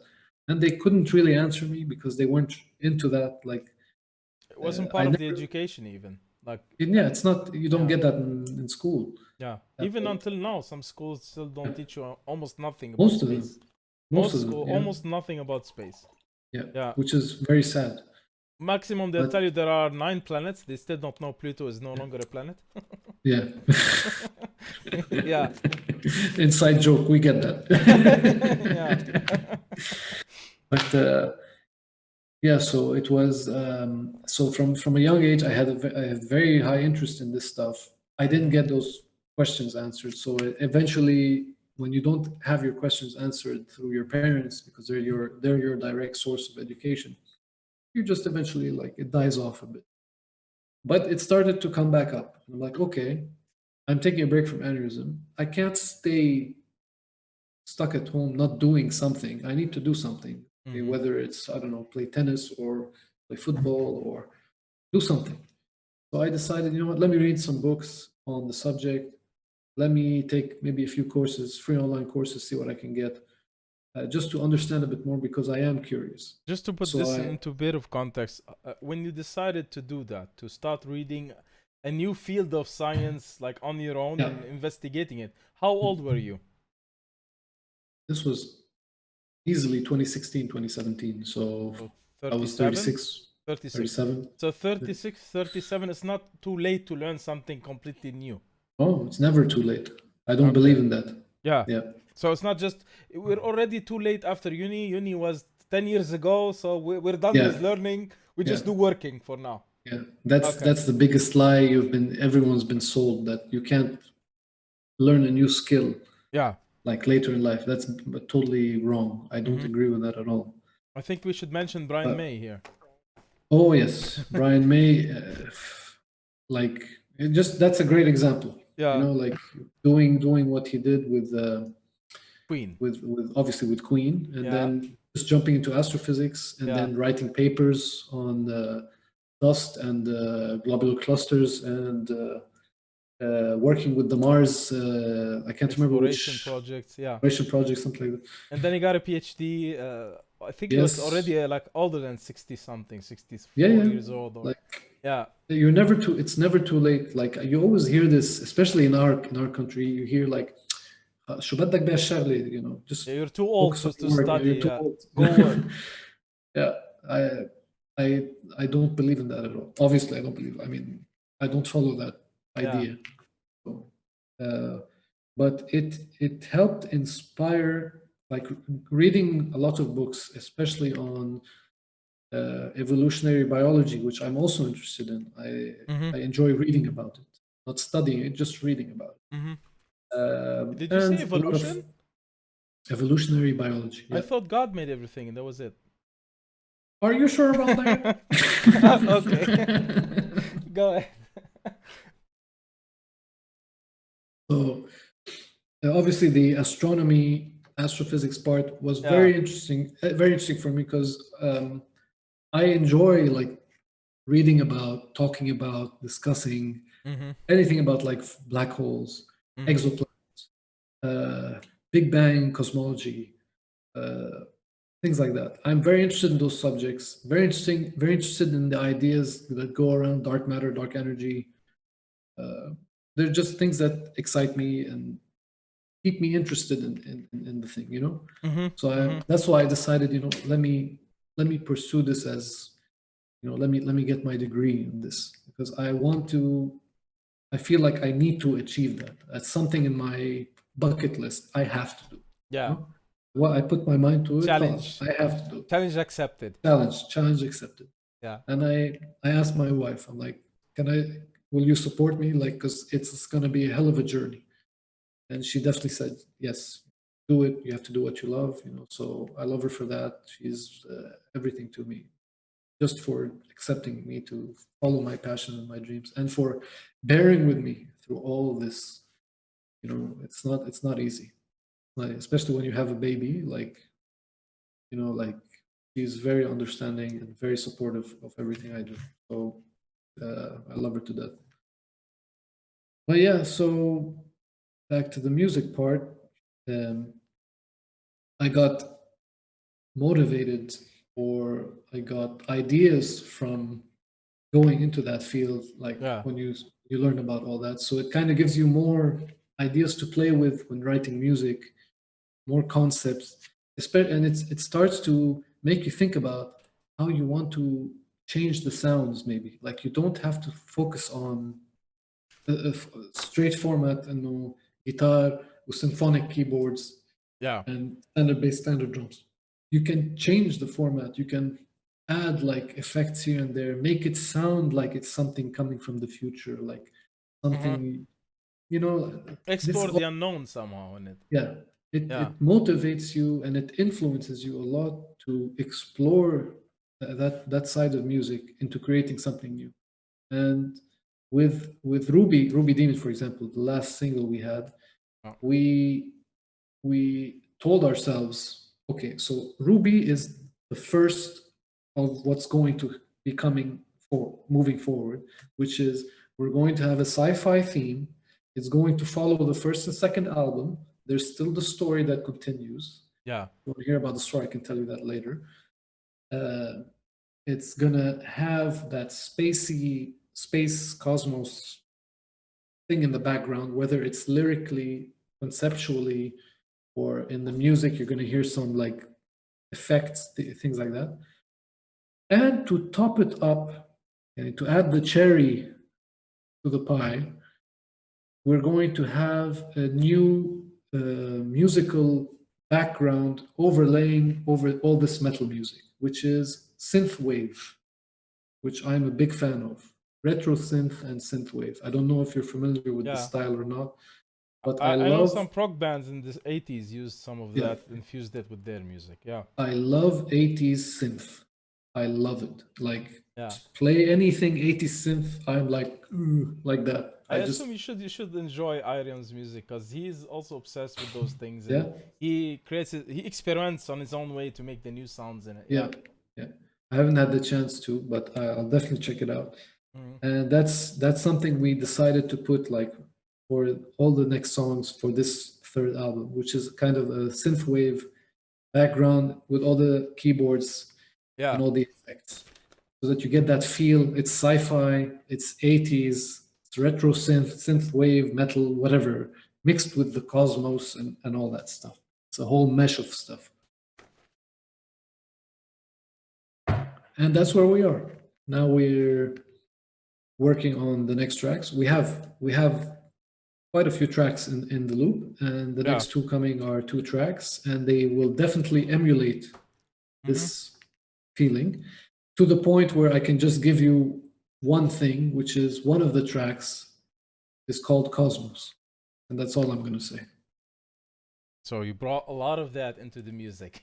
Oh yeah, I got full on. It's an album about space, about the cosmos, about sci-fi, I see. artificial intelligence, physics, Yeah. whatever you want.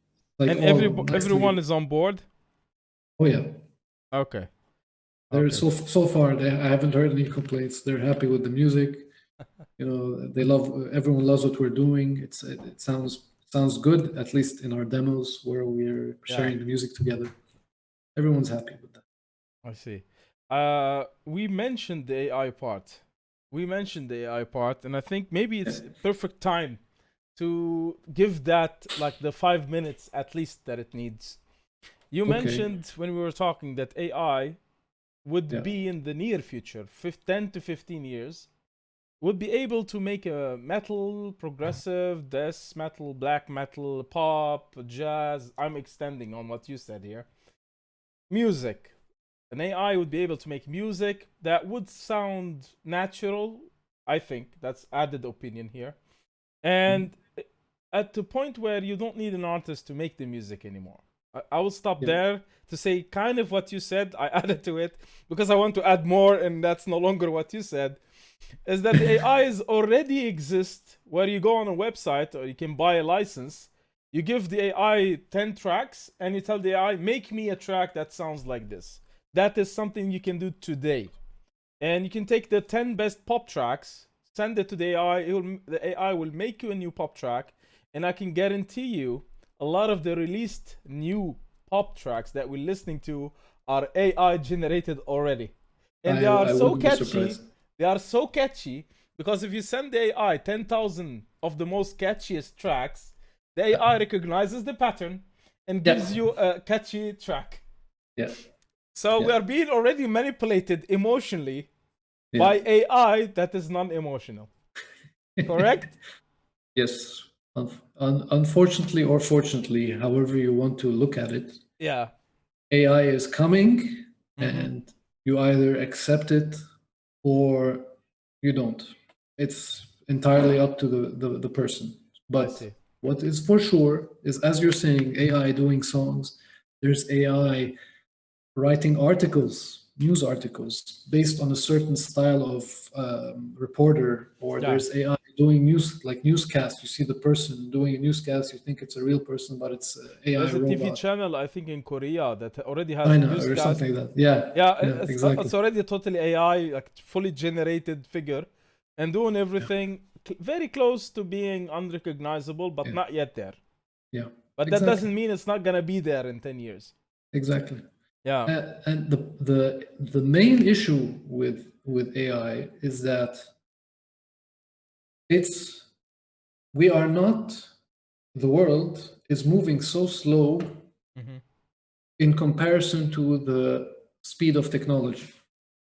The tech is moving super fast, much faster than what normal regular human beings can digest. Mhm. Okay, Yeah. that's the case, whether we like it or not. So it is very similar to the time when the TV came out back, and I can't remember what When year the it was. radio was everything and Radio few or houses TV. had a TV. There were commercials demonizing the TV and the radio and whatever. Look where we are now. You can't live without the TV. It's part of life. It's whatever. It's not a big deal. But back in the day, it was like demonized. Oh, wow. Dangerous machine, radioactive Dangerous. emission. And Yeah. yeah. So this is the same thing now happening with AI. And AI, the main setback with AI is obviously people think we're going to have an AI robot that's going to look like us, be like us, talk like us in the next 10, 15 years. No, that's not going to happen. It needs at least a couple of 100 years before we get to that level, simply because there are hundreds of billions of neurons in a human brain, and for scientists to decode and make a brain map of what the hell is happening in there, to understand Yeah. how things work, will take in itself 100 years, if not more. So you cannot create an android that is a human without knowing how the human brain works in all its entirety. Until So now, that- it's mimicry. It's Yeah. trying to pose itself as real human interaction, so you can have an AI chatting with you. But there's an automated aspect of it. There's a limitation to that. Of But course, you cannot yeah. have an AI that will one day choose to learn mathematics and open the database, learn mathematics, start to calculate something new, and then, this kind of total abstract, whatever randomness that we have in the way we live, right? Yeah, it's going to take a long time for AI to be at that kind of independent level. Yeah. In the meantime, they are, because there's no regulation, which is, I think, important. AI is going to expand and evolve in many different ways. Depends on who makes it and who builds upon it and who develops it further and further. You have people like Elon Musk, you have the Bezos, you have the Microsofts. All those guys Virgin are Galactic and Virgin Galactic. All those guys are heavily invested in AI and are heavily invested in developing it. But I personally think the best person doing the safest job out of all these companies and all these guys is Elon Musk, because he's the only one saying, I think we need to be careful about AI in the future. he sees the potential dangers and the Yes. and the inability to keep it on a leash. Yeah, because I just read a book. It's a French book called La Guerre des Intelligences. I'll send it to you later. You can check it out. I'd like to check it out. Yeah. It is a fascinating book on the education system. When was it And written?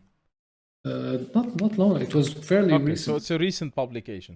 Yeah, So yeah. it takes the modern view Yeah, of yeah, intelligence. yeah. I mean, Okay. the guy's already in the book. He's already referencing Elon Musk and Okay. Microsoft, and so Okay. so it's fairly recent. I think in the That last 2-3 years, if I'm not mistaken.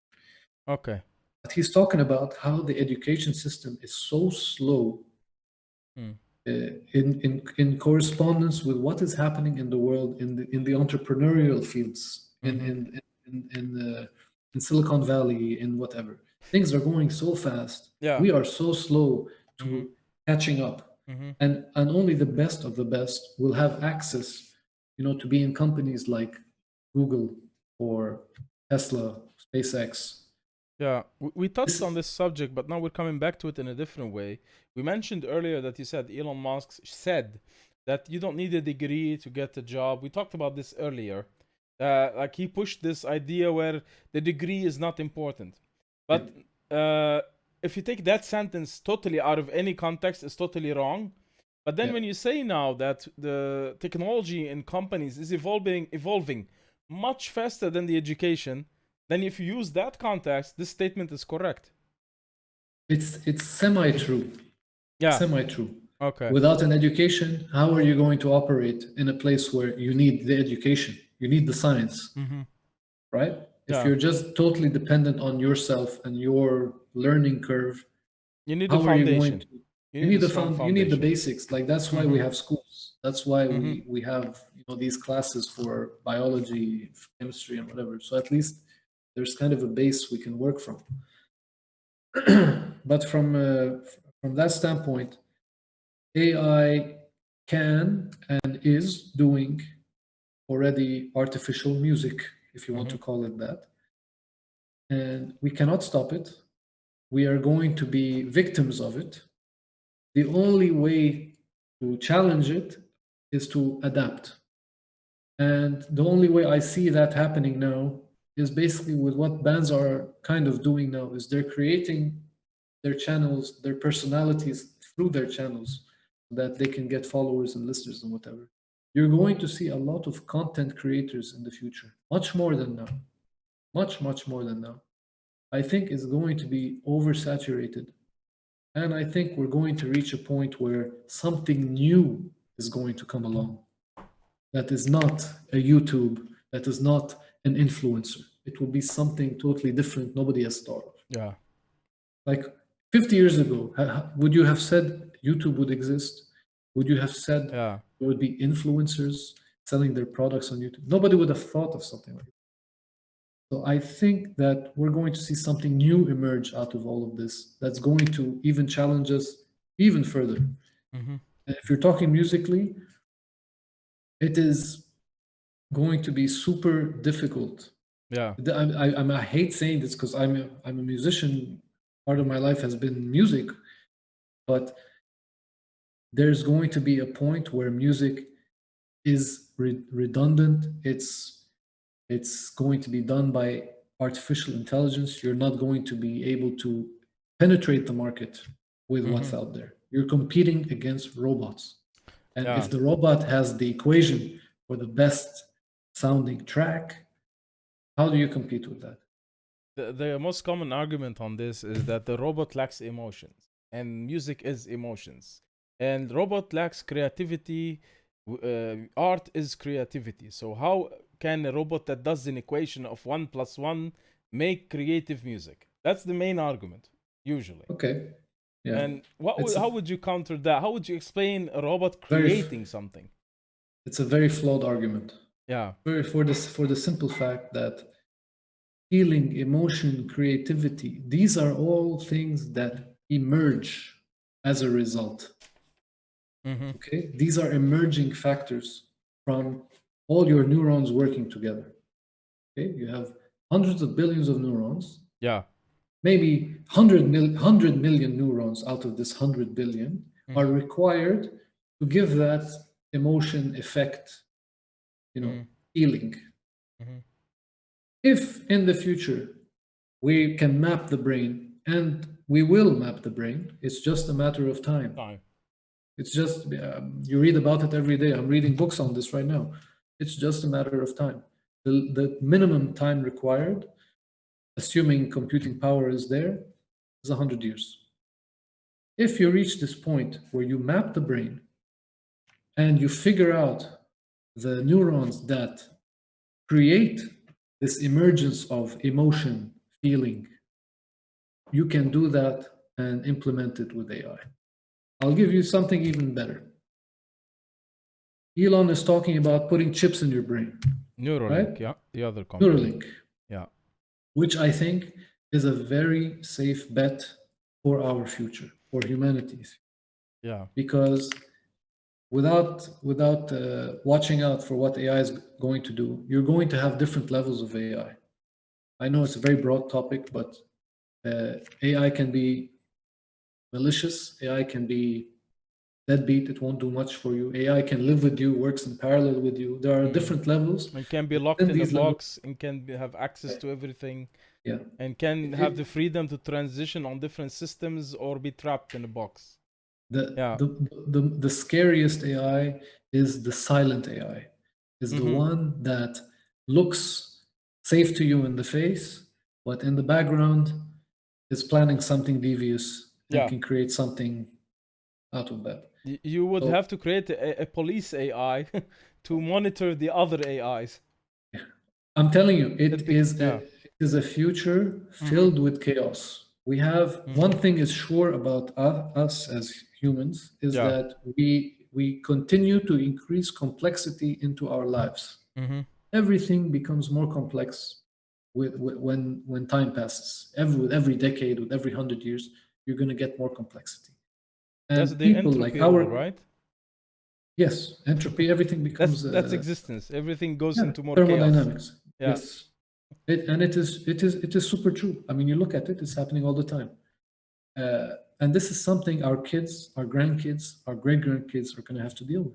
They're going to have to navigate through all this crap. So this world is going to automatically become more challenging to a human being. Of course. You're going to have more people. Definitely. You're going to have a lot more AI.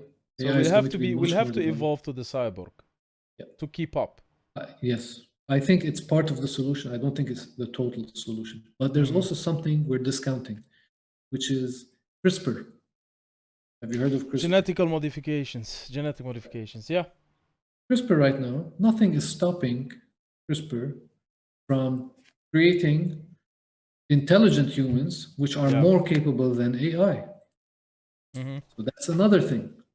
So I'm telling you, the future is you have a super big question mark right now on the future. To bring it down into music, the general theme is that either you merge with AI and create super amazing music based on all that data you're getting now through Neuralink or whatever. That's the positive side of it. That's the positive side. You can become the best guitar player in the world, the best drummer, the best singer. Yeah. Or you use CRISPR and you modify genes that give you the best vocal cords, give you an additional finger. Yeah. And give you 3-4 legs for double bass. 50% stronger nerves for the finger for the tapping. And you can inject yourself with the CRISPR. Actually, there's some, not a pre-born modification, a modification that you inject yourself, and it will replace your genes with updated ones. That's still a research, but it's becoming more and more a real thing. There's some people being cured of like it's still in the clinical phase. Where they're being cured from genetic diseases. So when it applies to music, you can adjust your physiognomy to evolve your capability. You can have an assistance to create what you make, but it can also become a competitor to you, which we already mentioned, and make the better music that you will never be able to reach. But so far, the logic of these AIs is you give it a lot of data. The big data, the neural networks, and it learns from that huge amount of data to know what works and what doesn't work. Like with the best tracks. You give it the best tracks, you say group 1 best tracks, worst tracks group 2. And then the AI will know what is the best thing that is in common here and the worst thing that's in common there, and avoid this, go for that. So it is dependent on how we work and how we feel and how we enjoy things. And it will serve that. Yeah. So Exactly. it for me, this part of things is very, very near, and it's already happening. Yeah. This part of things. The one thing I can say Yeah. Is what you're saying is exactly true. Mhm. It is going to tailor to exactly what you want to hear or Yeah. you're used to hearing. Yeah. But there is a little salvation here, which Mhm. is what if you don't want to hear that? You know what I mean? Like you're a human being. You love the chord progression, which is C major, D major, G major, for example. You love hearing that in that combination or in different combinations. Yeah. Makes you happy. And AI can replicate that for you as many times as you want, right? Then Because you it's get the best-selling saturated track. with it. You might get You saturated. get saturated, you get fed up with it. Mhm. Also, there's something else.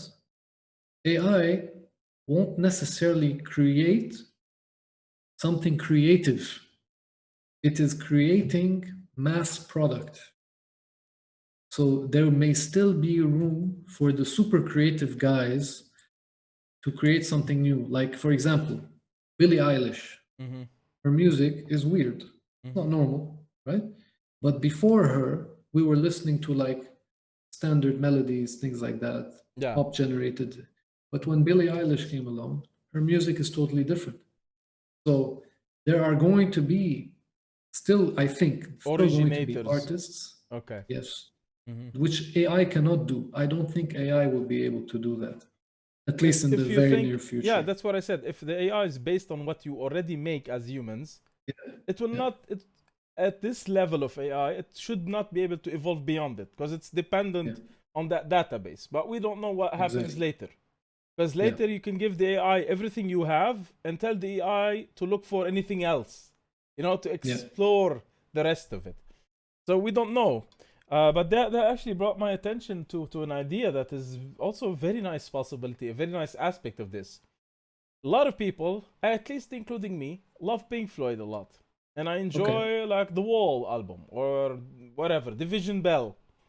And I would love to hear an album very similar to it that Pink Floyd never made. There could be an AI where I give it the album and say, make me another one, create another one, close to what this album represents. And maybe like 4 other albums or 5 other albums from Pink Floyd, the guitar tone, the voice, right? And the AI could take that and generate the voice and the guitar tone and the drum beats and whatever, even with the ticks and the recording noise and all that. Yeah. So that is also another, I would say somehow a positive aspect. Like imagine a band never released something and this AI creates a never released album. And you can buy this AI, I'm imagining, sometimes in the future, maybe Spotify, where you buy like 10 extra euros, 10 extra dollars per month. And this AI allows you to make 1 album per week based on your favorite album. That is a business. Yeah, I'm sure. So that will open also business opportunities, infinite business opportunities. Infinite. Yeah. It's very hard to predict what's going as complexity increases. It is very hard to predict what's going to happen. I mean, there's no way of knowing what's going to happen in the next 10 years. No way. Like you could Yeah. back in maybe the 40s, 50s, you could predict. Now we can predict, but with very low certainty. So on the topic of what's gonna change in the next years, I'm gonna transition to the last 2 topics of our discussion today. They are connected, they're important. For the future and the future of humanity, tomorrow there's something happening that's very important to our history as humankind on the planet of Earth. There are 4 people who are civilians. They're not trained astronauts. They're not in any way trained to be astronauts, or some of them never thought they will ever go to space. Tomorrow they'll be hopping on one of those large rockets in a Dragon capsule by SpaceX, the company we mentioned already, and going to orbit the Earth higher than the International Space Station, something near 570 kilometers high, And they're gonna That's orbit the yeah, Earth for 3 consecutive days as civilians going on a tour. yeah. What do you think about that, and how much does that inspire musicians maybe to even dream about space and talk about it, and maybe go for that tour and come back and write an album? It's obviously a feat of accomplishment. I mean, this is going to be the next step. They're already talking about space tourism, Yeah. and I think we're getting there. Um, it will be an exciting time for everyone. I mean, can you just imagine, like, you will have access to tour orbit the Earth for, like, I don't know, a day. Mm-hmm. I mean, maybe not many people would want to do it. Personally, I'm afraid of heights, so just the rocket ride going Yeah. up is freaking me out. And 500 But kilometers is a bit too high. It's gonna be cold though. yeah, yeah, that's Yeah. fine. I mean, as soon as you're in orbit, it's okay. It's just the You won't feel the going up yeah. and the entry, which Mm. is super scary. Like, from These are all the the most dangerous yeah, phases the of most of orbit. dangerous. Yeah. And when you listen to what astronauts say, like, you're going at G's, you're like Yeah. you Eight have to be Gs, really seven really Gs. Yeah. 7 Gs, whatever. You have to Yeah. really be comfortable Yeah. with that environment. So I don't know if I could do it, but I would love to do that. I I mean, would it would be so actually much fun. I would love to get a vocalist on one of those G machines, the G Yeah. simulation machines, and let him and record him going up some notes and the change of gravity and see how it does sound. That would be like, I don't know, it's just a weird thing to Yeah. do, but Yeah, part of the space exploration theme, right? exactly. Or have a band on the shuttle, like 4 people on the shuttle. One could Yeah. hold his guitar, the other could hold, and this, I don't know, do a show when you're orbiting the Earth, play a live show in orbit. That's something new, right? Actually, they've played a bit on the Guitar. International Space Station. Yeah, Yeah, they played acoustic guitar, Yeah. and they did a lot of strange things, and a lot of Yeah. investigations and some strange Yeah. tests there. Yeah. But having a full band playing, like a band, for example, like going with SpaceX in 2 years from now or a year from now, let's Yeah. assume Metallica. They went to Antarctica, and then their next challenging concert will be, Will be okay, in we went to space. orbit and we played in orbit. That would be some new achievement, huh? I heard somebody is going to space for a movie. Was it? Yeah, Tom Cruise, the guy. Tom Cruise, Mission right. Impossible. I think it's There gonna you be a go, Mission like- Impossible movie. There you go. That's like the next Yeah. frontier. They're just gonna use that up. That But would one be- thing I'm not excited about Yeah. is the toilets in space. That's a the one big thing I'm challenge. really not. I That's don't know the if big I don't know if the listeners know about this, but when you, I don't know if you know also. Like, I when know, you- but I don't want to go too much into it. But yeah, toilets won't in mention space are a vacuum cleaner. yeah, Let's say that. basically. Yeah, it's. I know there are some challenges to the process still. Yeah. So actually, I think living on Mars, technically speaking, like besides the distance, is easier than living in space with zero gravity. So on Mars, you still have some gravity, and Yeah. that makes some things easier. Yeah. On Mars, you would be the best basketball player on Earth. Yeah, If you think any about it. jump will just Because you can be- jump, like, Yeah. and throw the ball like super far, whatever. Well, You'd be- imagine you in the have- future when things are much easier with space flight, that you can send people to the surface of the moon, set up a football field or a basketball field, and just run a live stream of a basketball game on the surface of the moon. That is I'm so sure that's crazy gonna go. today, but I Yeah. don't think that crazy. No, it's not. I think probably within our lifetimes we should see something like that. I have one last topic, and I already selected my closing track, so I'm downloading now the video I'm gonna play at the end of this because it's on my mind, and it fits this perfectly. I want you to tell me about something called QuarkEyeView, and the shirt you're wearing. Which is, I'm promoting the platform. What is this So platform about? Yeah. QuarkEyeView is basically an idea that emerged from my vacation from Anuryzm, which was basically to create a science platform to bring interested people into learning about everyday science into getting curious minds to answer their questions about regular random things like what's the sun made of, what are rainbows, what are clouds, things like that. And they're basically an offshoot of what children ask their parents, because you get like a million questions from kids. They ask, "Mommy, Daddy, what's this? What's that? What's this?" So I thought maybe we build a platform where we can answer those questions, would help get a general idea of information to the public. It was specifically tailored for the Lebanese, Lebanon, simply because we're from there. But the general idea was to have a platform where we have kind of a forum, and we invite guest speakers from overseas, very famous scientists and public speakers of science, like, for example, Neil deGrasse Tyson. That would be amazing. Or Richard Dawkins, or Lawrence Krauss. All these guys, we could invite them. They come, they do special presentations, special talks, and then you can have open debates, questions, Q&A, all that stuff. Yeah. Especially for Lebanon, we thought, because we had a dream of getting out of this very religious governing system in the country, which is dividing everyone and causing chaos right now, even to this day.